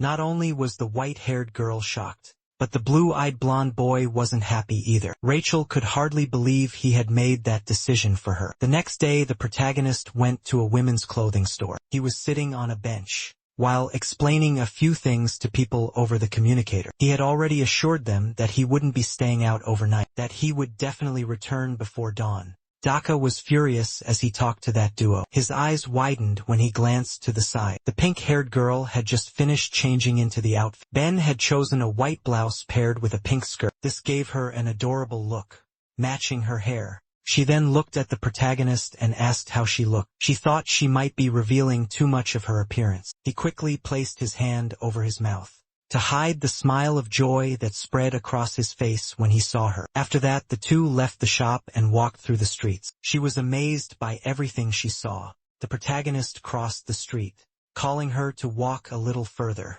as this was another district filled with department stores. As she tried to follow the protagonist, she ended up in the middle of a crowd. By the time she noticed, several people had already gathered around her. She tried to hurry, as at this rate she would end up getting lost. Just when she thought she was lost, someone approached and grabbed her arm. It was Ben, who pulled her out of the crowd. He apologized and admitted that he had forgotten. It was her first time in a place like that. Ruthel blushed upon hearing Ben while he held her hand. He knew how crowded the shopping district could be. Quickly he turned away and hid, as his face was flushed. Because of that, he didn't notice that her face was also red. The two walked in silence. During their walk they ate various street foods, including meat and crepes. They also visited a candy shop where they found stuffed animals. She won a penguin plushie from Ben. Later they ran freely, startling a group of white pigeons, which flew away, making the scene even more beautiful. Rochelle was having so much fun that she blushed. The two were truly enjoying themselves. When lunchtime arrived, the pair sat at a restaurant to eat, and he asked the young woman if she was enjoying the dishes, since they were all made from monster meat. For her it wasn't a problem. She thought it was absolutely delicious. And for him, who was eating this type of food for the first time, tasted better than he had imagined. Rachel was amazed. She couldn't believe she was eating meat and exploring the city. As she ate, her thoughts drifted, and her expression quickly changed.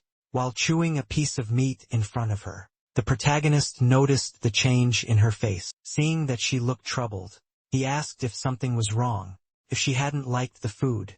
But the reason was different. She felt overwhelmingly excited.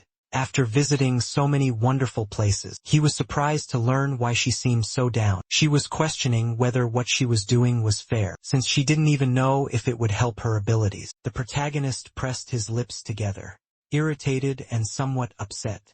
In the next moment, he found it important to show her the concept of worry. He asked her to look at his hands for a moment, telling her that the worry she was feeling was taking shape. He explained that, until recently, his ability could sense the anger within her, but now he told her it was different. Just by spending time together, he could pick up on these emotions. Rachel agreed with the protagonist's words, reflecting on the problems they were facing. At that moment he thought that finally, she might be able to see the symbol above his hand. At that moment the protagonist closed the hand that held the worry, along with his other hand, dissipating the concept of worry. With a bright smile he showed his empty hands, declaring that the worries had disappeared. The young woman was amazed by the glowing light, vanishing like tiny stars before her eyes. She wasn't just excited by the light, but also by his words when Ben promised to always solve her problems. Hearing his promise, she agreed, finding everything he said fascinating. Felt like magic, as if it could become reality. The protagonist recalled their last battle, when she had attacked him so aggressively. The young woman then changed the subject. Speaking more timidly, she said she wanted to get to know the best. The protagonist was curious about whom Rachel was referring to. Of course, she was talking about Doko Yen. Rachel rubbed her hands together in a soothing motion. She admitted that Doko could be scary, but it seemed like she liked Ban a lot. However, she quickly disagreed with that idea. It was more like Doko treated him as if he belonged to her, as if he were a sword. Rachel started laughing at the protagonist's comment. She found it hilarious that he was comparing himself to a weapon. He didn't understand why she was laughing, as he thought the analogy was odd. However, she said that she felt relieved, surprising the protagonist. She gave him a bright, beautiful smile, as she told him that she had thought he was some kind of omniscient mage, or something like that. The protagonist didn't understand what she meant, nor why she was getting so close. As she spoke, she grabbed the protagonist's hand, pulling him along, asking if they could leave. Now that he had finished eating, her smile was now much brighter than before, showing that her worries had truly faded.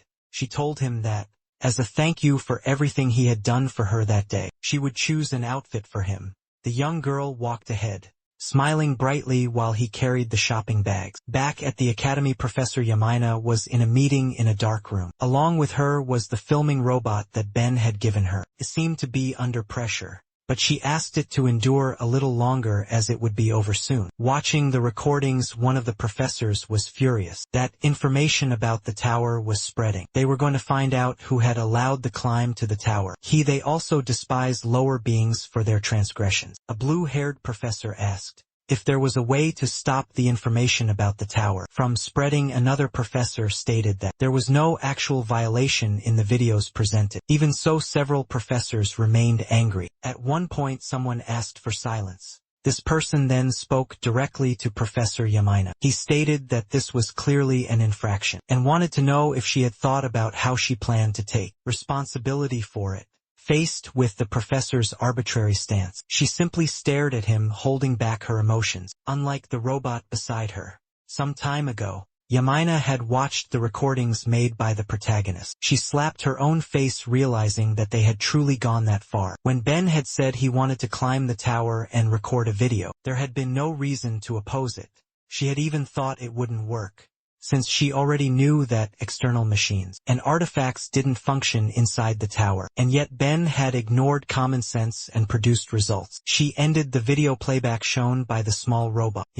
It was certain that Ben still didn't realize what was happening. It wasn't just the fact that he had brought a recording from the tower. It was the fact that Ben had created a tool that worked. Inside the tower, something incredibly difficult. The complications didn't stop there. He wanted to publish the video on his channel, knowing that this topic would attract attention. That kind of rebellion would increase his group's popularity among the academy students, and she was somewhat worried about that.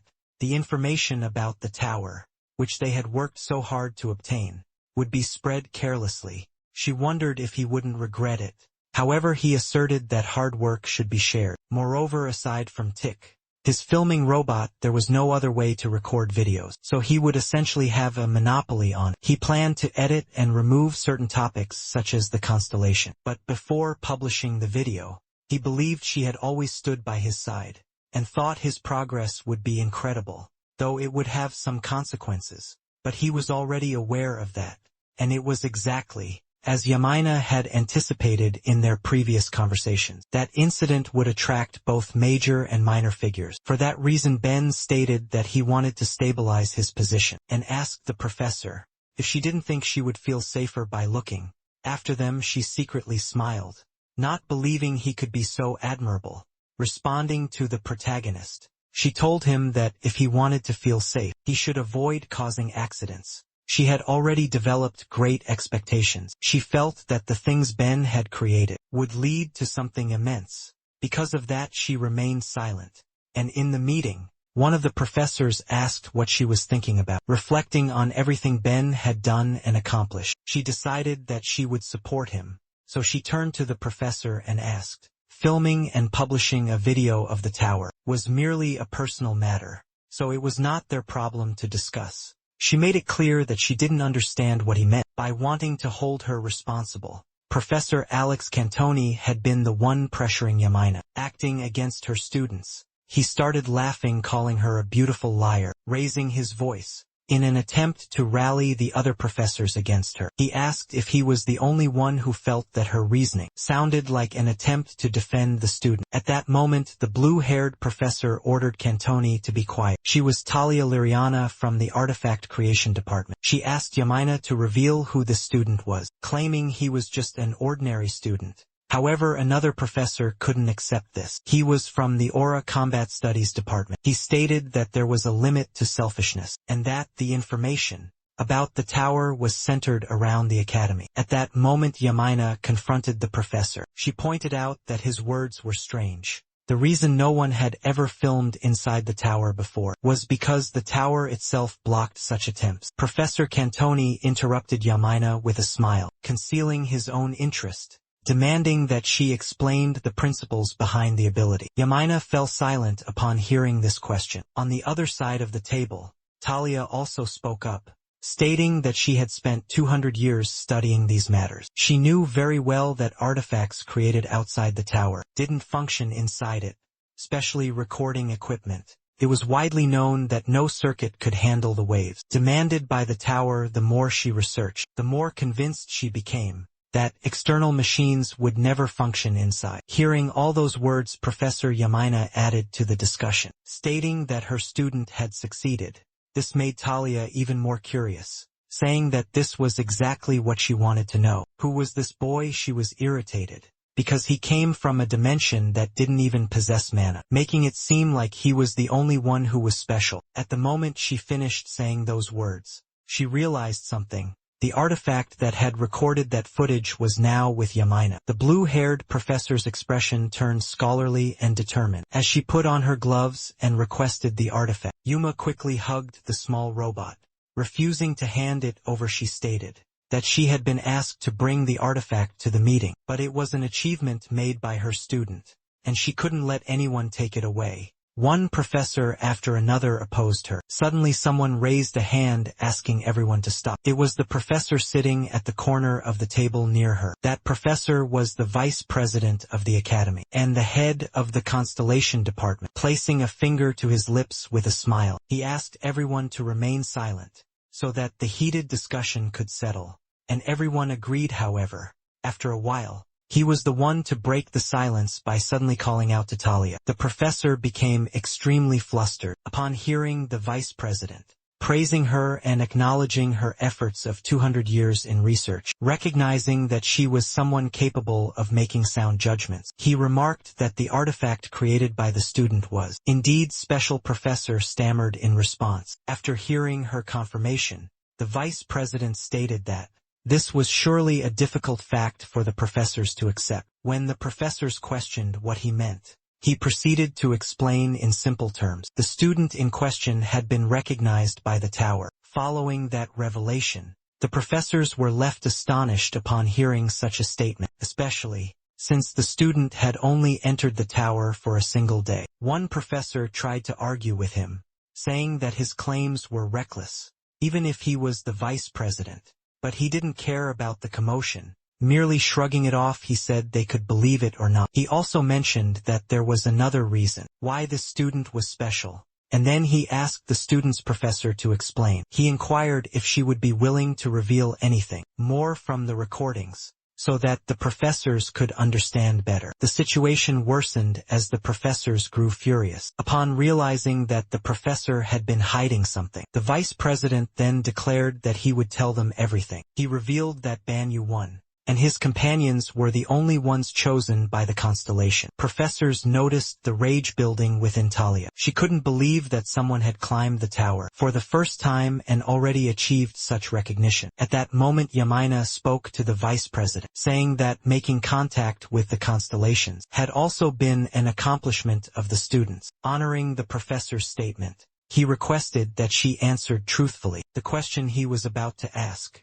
As vice president, her 4 students had formed contracts with the constellations. She paused for a moment, wondering why he was pushing so hard on this matter. Nevertheless, she told the truth. None of them had actually formed a contract, which greatly intrigued the vice president. Making a decision, Zane announced to everyone present that he would consider Banyu 1 and all the other students of Class 11 as his own students as well. Upon hearing this, the professors quickly urged him to reconsider, reminding him that he had just stated that none of the students had made a contract with the constellations. The vice president, seeing their lack of understanding, proceeded to clarify to him it didn't matter whether or not the contract had been formed. What mattered was that they had been chosen by the constellations, already proved their exceptional abilities, leaving Yamina surprised. After asserting that other constellations were also interested in them, he began pressuring the other professors. Faced with this, none of the professors could refute Xenon's words, not even Alex Canton. Thus,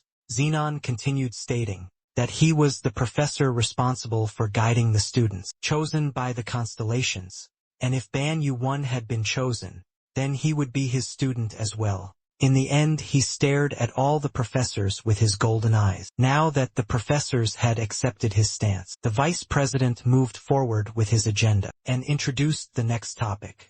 The beautiful Yamina was lost in thought, looking down seemingly, realizing that this meeting was not about deciding how to treat Ben. The vice president's words conveyed the president's intentions. As he continued talking about the students, The more he spoke, the clearer his message became, addressing topics that confirmed his point. He was delivering a message from the president, stating that professors could make requests to understand the students' abilities. After hearing the vice president declare that Ban was untouchable, the professors remained silent until the meeting's conclusion. After stating that he hoped they had understood, and wishing them a good weekend, the vice principal disappeared. Yumi sighed in relief, never imagining that her student received so many favors from the director. In that brief moment of relief, one of the professors approached her, Alex Cantoni, inviting her to have some drinks at a bar. He said he wanted to toast to the student's success. At that man's invitation, Yamina turned green with disgust, but didn't say anything. She simply teleported somewhere else. The other professors, noticing her reaction, quickly tried to console Canton. The next day, several people surrounded the protagonist in the cafeteria. Many people wanted to introduce themselves. Everyone wanted to be friends with Ben, even offering him an invitation to the student council. The protagonist was overwhelmed by so many people, and so many dating and meeting requests. Meanwhile, Daiko met up with the other two companions, and wondered what was happening with all the commotion. Light explained the situation and asked if Daiko remembered the channel. He revealed that the channel had gone viral.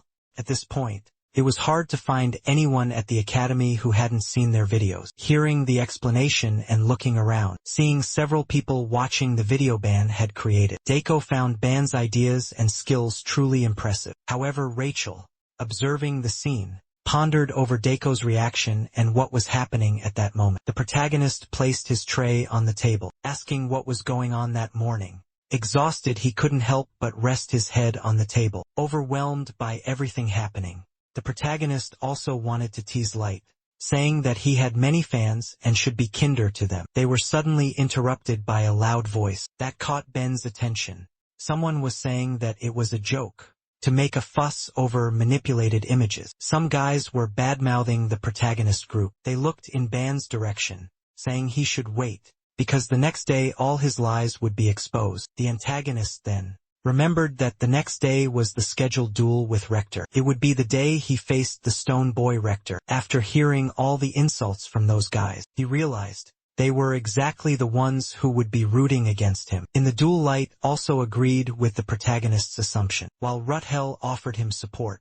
Wiping her mouth after eating, the white-haired girl told him that he should respond in the best way possible, especially for those watching and supporting the protagonist, and she gave him a bright smile. The next day, the protagonist stepped into the arena, where the assistant professor was already present, informing them that the duel would be broadcast live. If both of them agreed to the fight being recorded and streamed live, they needed to sign the document that appeared before them. To their surprise, there were several precautionary terms for the duel. If anyone became incapacitated or surrendered, the duel would be terminated. A burly man approached the protagonist, suggesting a negotiation. The protagonist, surprised by the negotiation request, thought the man might be a subscriber to his channel and had watched the videos. However, the stone man asked Ben if he was scared, stating that he could surrender, but for that to happen, he would have to crawl between his legs and bark like a dog. Only then would he accept the surrender.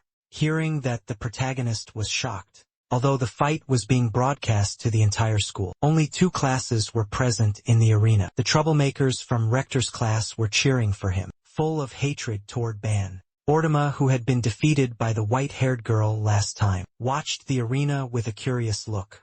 However, his gaze was not on the fighters, but on Daiko. She was with the other 2, trying to check with Light how the audience was reacting. He informed the girl that the viewers of the broadcast had already reached 10,000, and many were cursing Ban.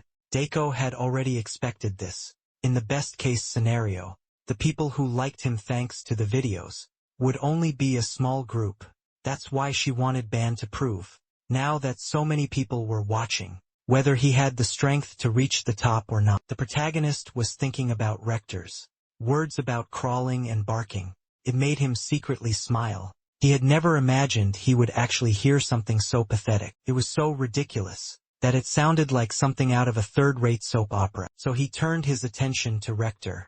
He gave him a look that seemed frightening, asking if he had put in a lot of effort just to provoke him. Rector returned the same grin to the protagonist, asking how long he would be able to keep acting so calm. The protagonist shrugged, stating that if he was acting calm or not, Rector should find out by facing him, saying that the protagonist drew his sword and taunted Rector. Rector got annoyed, gritting his teeth in frustration at the provocation. Now he seemed to be boiling, urging the assistant professor to declare the start of the fight. Immediately hearing him and complying with his request, the assistant professor raised her hand and announced that it was now Ban versus Rector. With permission granted, he almost instantly charged at the protagonist, relying solely on his superior size to win. Hector's footsteps made the entire arena tremble as he launched his massive fist toward the protagonist, who remained still when the fists were just about to reach Ban. He simply moved his legs, moved swiftly while his eyes remained focused. Protagonist internally praised Rector for taking the initiative, but his sword moved and he passed by the big guy. As he wondered what Rector could do, being so slow, Ben's strike landed the opponent's face as if it were crumpling, like a sheet of paper. With that blow, Ben knocked Rector down, gaining the upper hand in the battle. For a few seconds he thought that to face that stone, he knew it was more efficient to use the reverse method. The protagonist and the others had gathered in the training room. The day before his encounter with Rutiel, everyone told the protagonist that before using a technique, there were trials and errors. Therefore he learned that when facing a new opponent with a new attack, he should be able to use the technique. Only then could he say he was mastering the reverse method. After the theoretical approach, he would move on to the practical. The protagonist had a sword to try and block at least one of the strikes. Deiko. He trembled with fear, but he knew that she was teaching that method so that Rector wouldn't even be able to touch him. The protagonist, having executed the technique moments ago, felt that this was true. Unlike Deiko, Rector was much worse as he managed to get up, still wondering what had happened. However, before he could understand, another attack was launched in his direction, and Rector fell to his knees. As the protagonist watched, he noticed the effect conveyed by the technique. The moment before his attack landed, his sword had been infused with a wave of energy. Thanks to that, Erector's stone hard body transmitted the energy like a ripple, causing severe damage and leaving Erector furious, even questioning how Ban could hurt him. Protagonist, crouching down to be at the same height as the big guy, apologized and told him to stop complaining. Looking into Rector's eyes, he said that if he didn't want to continue, they could stop right there. Those words made Rector even angrier at the provocation from such an insignificant human. He got up and charged the band with full force, but the protagonist was too fast to be hit. Rector was furious. He couldn't believe that a mutt from a lower dimension was belittling him. Rector shouted these words furiously. The more he shouted, the more it bothered the protagonist's ears, as he understood what was happening. After those shouts, several concepts materialized around Rector's arm. They extended upward, becoming much larger. Rector's hand struck the arena floor,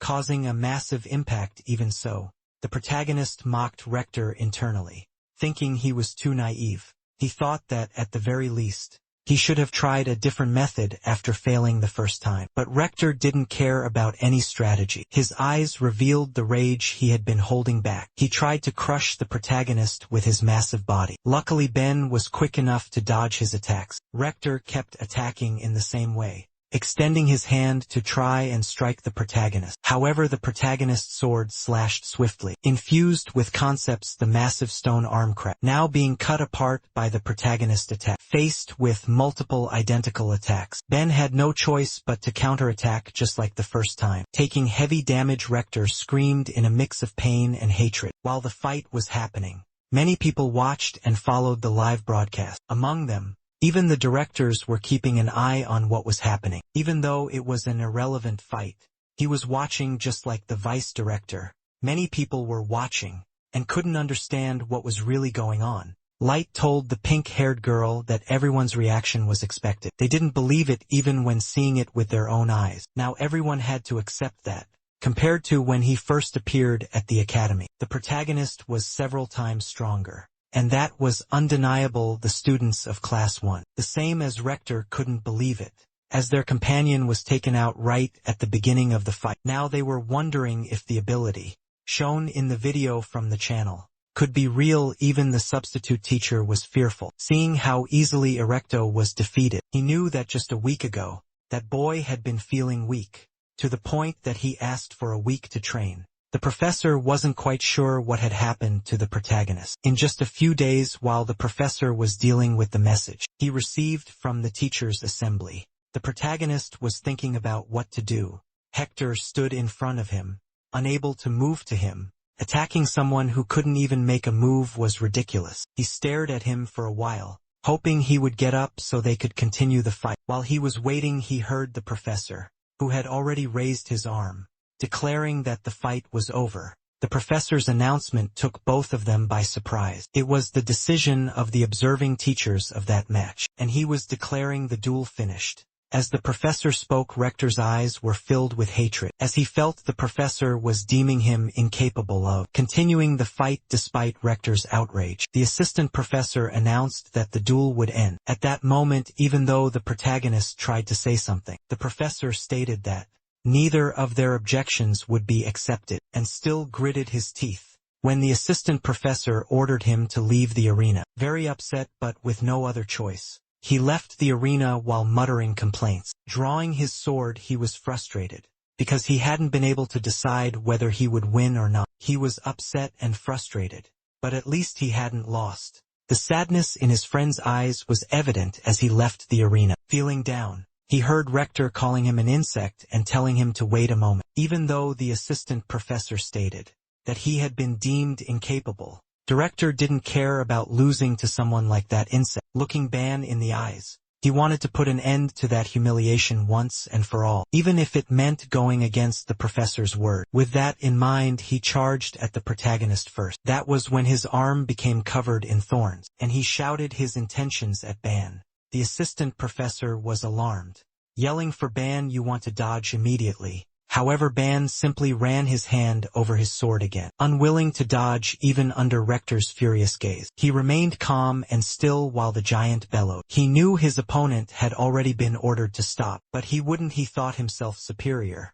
because of his background. He believed he was untouchable and didn't need to follow the rules. With that thought, Dan infused some concepts into his sword. Observing everything, Ben knew that the fight had only been stopped because of the teacher's decision. And now that man was acting purely out of pride. That's why he raised his sword, determined to end it as quickly as possible. Now, with his eyes glowing in a different color and a newfound determination, he was ready as soon as his opponent attempted to strike him. Ben simply counterattacked. Rector's eyes rolled back in rage and pain, and the protagonist believed he had done the right thing. After so many insults, he couldn't stay silent any longer. Rector only stopped screaming when he realized what had happened. After the protagonist's strike, Rector had lost his arm. The students from Rector's class held their heads, all wide-eyed in disbelief. Even Ben's friends couldn't believe what they were seeing. Everyone began voicing their opinions loudly. At that moment, a system window appeared before the protagonist, making him look at it with suspicion.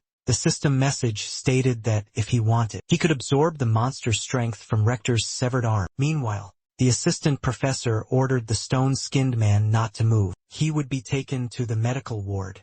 The giant lay on the ground trembling and grinding his teeth in pain. Now he was feeling the price of his humiliation. The assistant professor was taking the initial measures, while the protagonist looked to the side. Now, the protagonist was receiving a scolding from the assistant professor, who had already stated that he should have just dodged. The protagonist tried to explain himself, apologizing as everything had happened so quickly that it was difficult for him to react differently. The professor was indignant as he found the protagonist's excuse weak, but as the professor grew angrier with the student, he received a notification instructing him to stop. The vice director would provide him with the answers he wanted, so the assistant professor showed Ban the vice director's message. The message greeted him and stated that the person speaking was the teacher's representative. He said that from that moment on, he would ask questions and Ban would have to answer honestly. He wanted to know if Ban had been unable to dodge. The teacher's representative stated that their forces were so conflicting that even the teachers had decided to end the duel. Now he demanded an answer that could be accepted by everyone, and insisted on knowing why Ban had not dodged the attack. The protagonist simply stared back with a closed expression, offering no response. The protagonist thought that even after acquiring the ability, he had never deeply reflected on what the so-called spirit words truly were. Now, with the question consuming him, he felt an overwhelming pressure beyond the screen, and wondered who that person could be. Because of this, he asked the person on the other side how they had guessed, since he hadn't dodged the opponent's attack, but instead counterattacked. He believed that a student who disrespected the authority of the teachers and acted however they pleased deserved to face the consequences. The person on the other side wanted to know if he was saying that teachers were the authority. The protagonist agreed and continued saying that, moreover, in an official setting where rules should be strictly followed, this was necessary to prevent other students from disregarding the rules and attempting stealth attacks while exchanging messages. The group of teachers could hear everything that was happening. He continued saying that if he had responded peacefully in that situation, it could have spread the impression that he was weak and that the rules wouldn't need to be followed. When dealing with a student from lower dimensions, it wasn't just the teachers, the director or the vice director who had access to Ban's words, but the entire academy. Many people were following the screen, where he spoke about the rules and about people from lower dimensions. He continued saying that even though he had taken action, in a short time he believed his actions were justified. The vice director found it interesting when the student said he acted to defend the academy's principles. The vice director knew that he was responding intelligently, aware that there were many ears listening. He noticed that the young man had above-average intelligence, as he had expanded the problem between two people to involve the entire school, trying to act with intelligence as well. The vice director said that the students' words were correct. He stated that students who disregarded the match rules deserved to be punished according to regulations. However, punishing a student for a mistake was his and the academy's role, not something a student like him should handle. The protagonist realized he was dealing with someone of equal or greater intelligence. The assistant professor smiled upon hearing Ben's conversation, and the vice director thought that, regardless of the nonsense people said, his opponent was strong with that.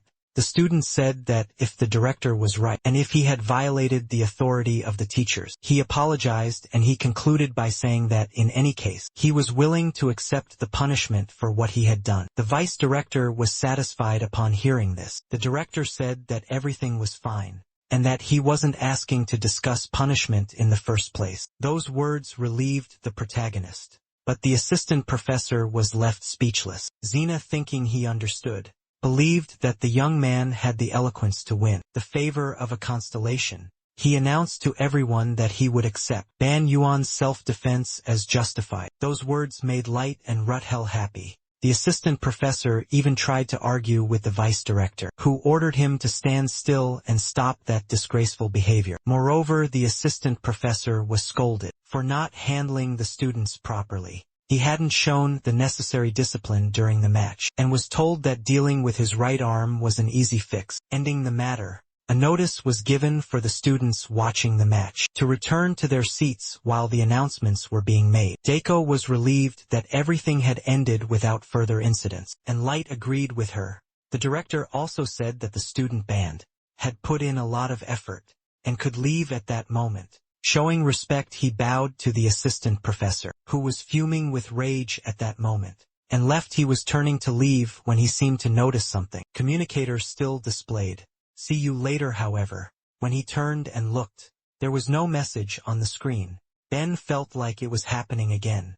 After the incident, he joined his friends, who were happy to have him back. Light said that the sword strikes he used at the end were incredible. The protagonist said it must have been because of the tower. Doko praised him, saying she enjoyed watching, since he had grown stronger. She asked him how it felt to gain a new power and if he found it useful. Feeling a bit awkward, he scratched his head and said that it was all because she had trained him so diligently. Doko embarrassed the protagonist when she brought up the stone man's arm. She scared him even more when she revealed that she knew he had absorbed it. That made him recall when he was in the arena and the message appeared. He didn't think it was possible. The system message showed several possibilities from which he could choose. Just to be safe, he only took a little, and when it worked, he found it unbelievable what was happening.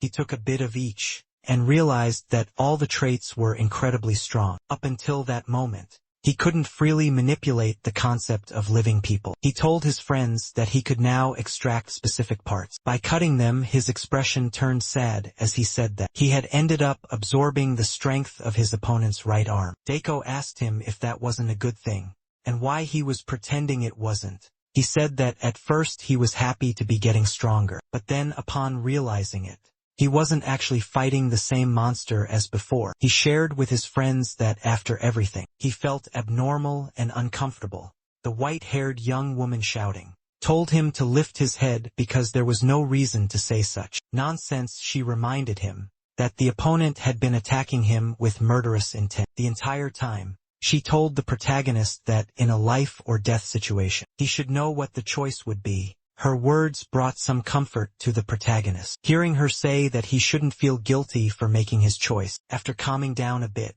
he said he had been overthinking things and apologized to his friends. Danko told him that he couldn't just go around cutting off the arms of those in the so-called special class. While the girls were arguing, he seemed to have received a message that made him extremely worried, even causing him to shout.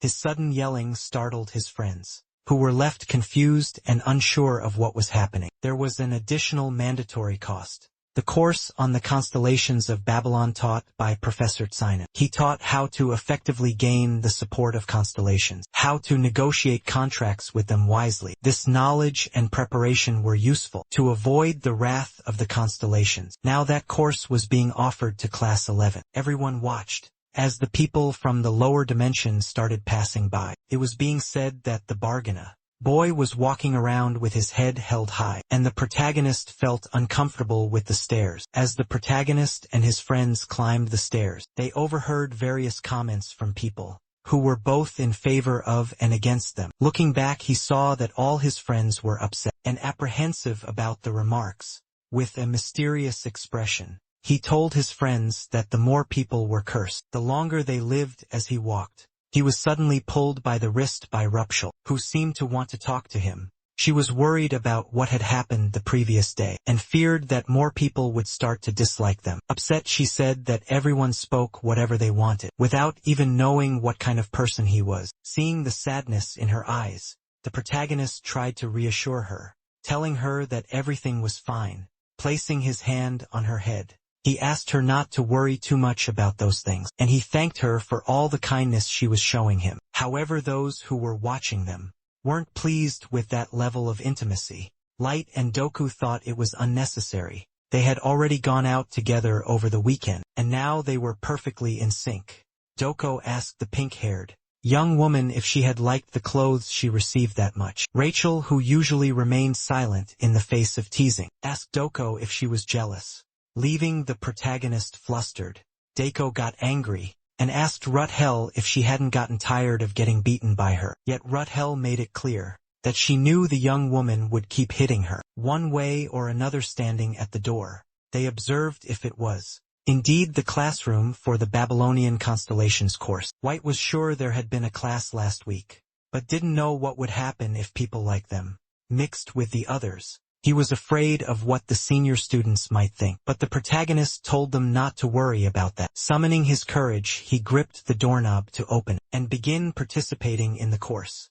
He responded to Light, saying that everyone would simply think that talented juniors were joining them. But as he opened the door, even the protagonist showed signs of nervousness at the sheer number of people inside. All eyes turned toward them as the door opened, seeming to analyze each one of them. Dako thought that since they were older and more experienced, even she couldn't ignore their skills. The pink-haired young woman was visibly intimidated, as was Light, the protagonist. Also didn't feel comfortable with all those people around him. As soon as Dean and saw the students, he welcomed Class 11 to his lecture. The protagonist, looking at the vice director, couldn't understand what his power was. Nothing about him was revealed, and when the man spoke, the protagonist noticed that the voice was the same as in the duel. Xena began by saying that the purpose of his classes was to understand the tower and the constellations. He told the people who joined the class that day that he would first talk about the tower.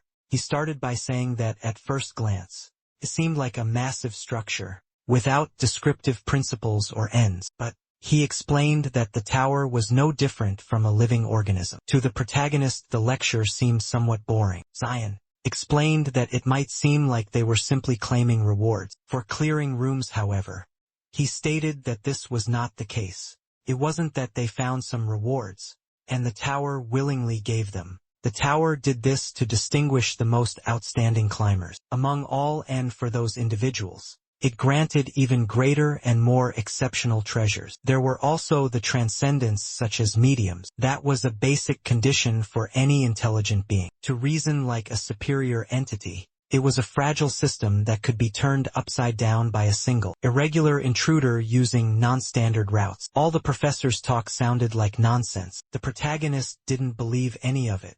Although he remained silent, he was always thinking about something. That was the moment when the Chancellor's mass email was sent. The protagonist remembered that this happened shortly after the intruder entered the tower. What if the irregular phenomenon with the swarm of spiders in room 4 had been caused by the intruder? The problem was that the difficulty seemed strange even in room 1, where those creatures were definitely elite monsters. It was odd if the tower had only started behaving strangely after they reached room 4, and the introduction began with that the strange things that happened in rooms 1, 2, and 3 could not be explained.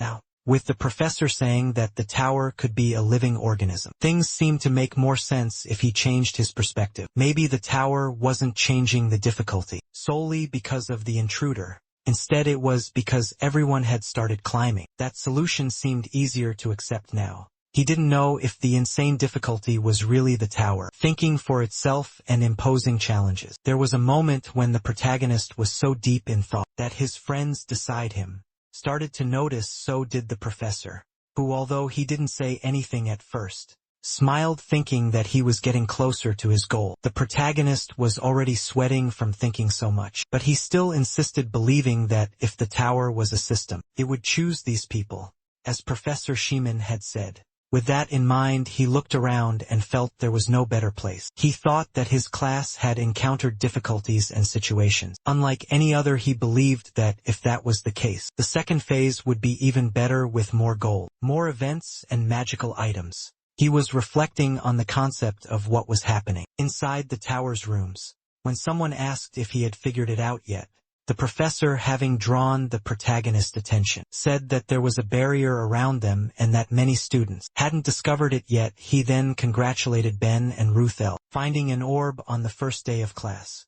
With that, he announced to everyone present that Class 11 was fully qualified to continue attending the lectures. Xena raised his hand and tossed something into the air. Soon after, a poor violet orb landed. The professor said he had a question for the student Ban. He asked what Ban saw when looking at that sphere. Even after staring for a while, Ban couldn't see anything because it was immeasurable or unknown. Being honest, he admitted that he wasn't seeing anything. The professor asked him to concentrate a little more and check again. Despite the protagonist insisting that he couldn't see anything, the professor urged him to focus harder, believing there had to be something he could perceive, even though he was genuinely trying. The words immeasurable and unknown were all he could grasp. He was supposed to uncover the secret of that orb, and for a moment his eyes widened. With that, he managed to see the core concepts of the orb: barriers, separation, and protection. He mentioned that beyond that, there was something he couldn't understand. The professor told him to close his eyes and rest. The assistant professor simply smiled, thinking that the young student had discovered 3 of the orb's main abilities. With the protagonist rubbing his eyes, looking tired and light watching, he now understood why the director had so much faith in him. Pointing at the orb, Violetta asked the protagonist if he had figured out what it was. Being honest, Xanon admitted that he had no idea, which made the professor say that he was very straightforward. Xanon said that he wanted to emphasize to everyone the importance of expanding their thoughts and stimulating their imagination. He also mentioned that if they wanted to use their abilities in an advanced way, they needed to develop the power of thought. The Dragon Force was behind it all. At that moment, the protagonist didn't understand what any of this had to do with the orb. He wanted to know if someone with high cognitive ability or imagination could control the orb. Xena agreed, and said that if one day someone had the ability to understand, analyze, and develop themselves, they would be able to expand this capacity. Smiling and with a strange tone in his voice, the professor said that when someone achieved that, the orb would turn them into a pseudo-god. The professor's words were exaggerated and unsettling, and the students stared at him. But to the protagonist everything remained incredibly tedious. The professor insisted, saying that at the moment it might be difficult to understand. He explained that as the lecture progressed, everyone would gradually come to grasp it.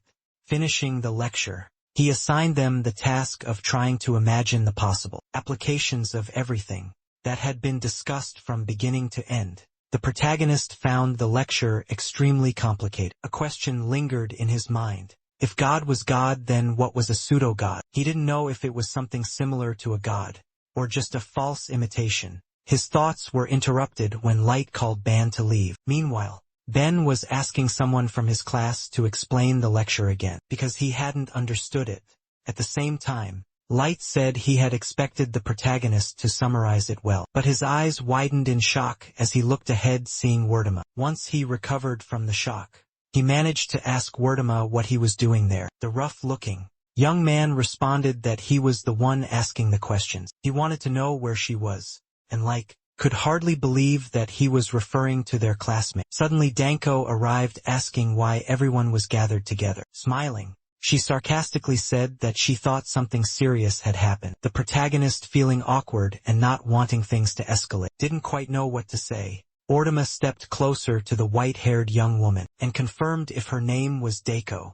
He said he had business to discuss with her. She continued mocking him. She asked if he was making another duel request, saying that if he wanted to hurt her, she wouldn't stop him. He fixated on her, saying that dueling inside the academy seemed difficult. While she spoke, the young man suddenly dropped to one knee and told her it wasn't a duel request. He pulled out a beautiful bouquet of flowers and offered them to the furious young woman standing before him. Leaving everyone shocked, Ortega asked the young woman on a date, his face turning red with embarrassment. People behind him, their eyes wide in disbelief, never imagined such a scene was possible. Just like them, the cold-hearted young woman also showed no expression. Our video ends here. If you enjoyed it, please like and subscribe to the channel.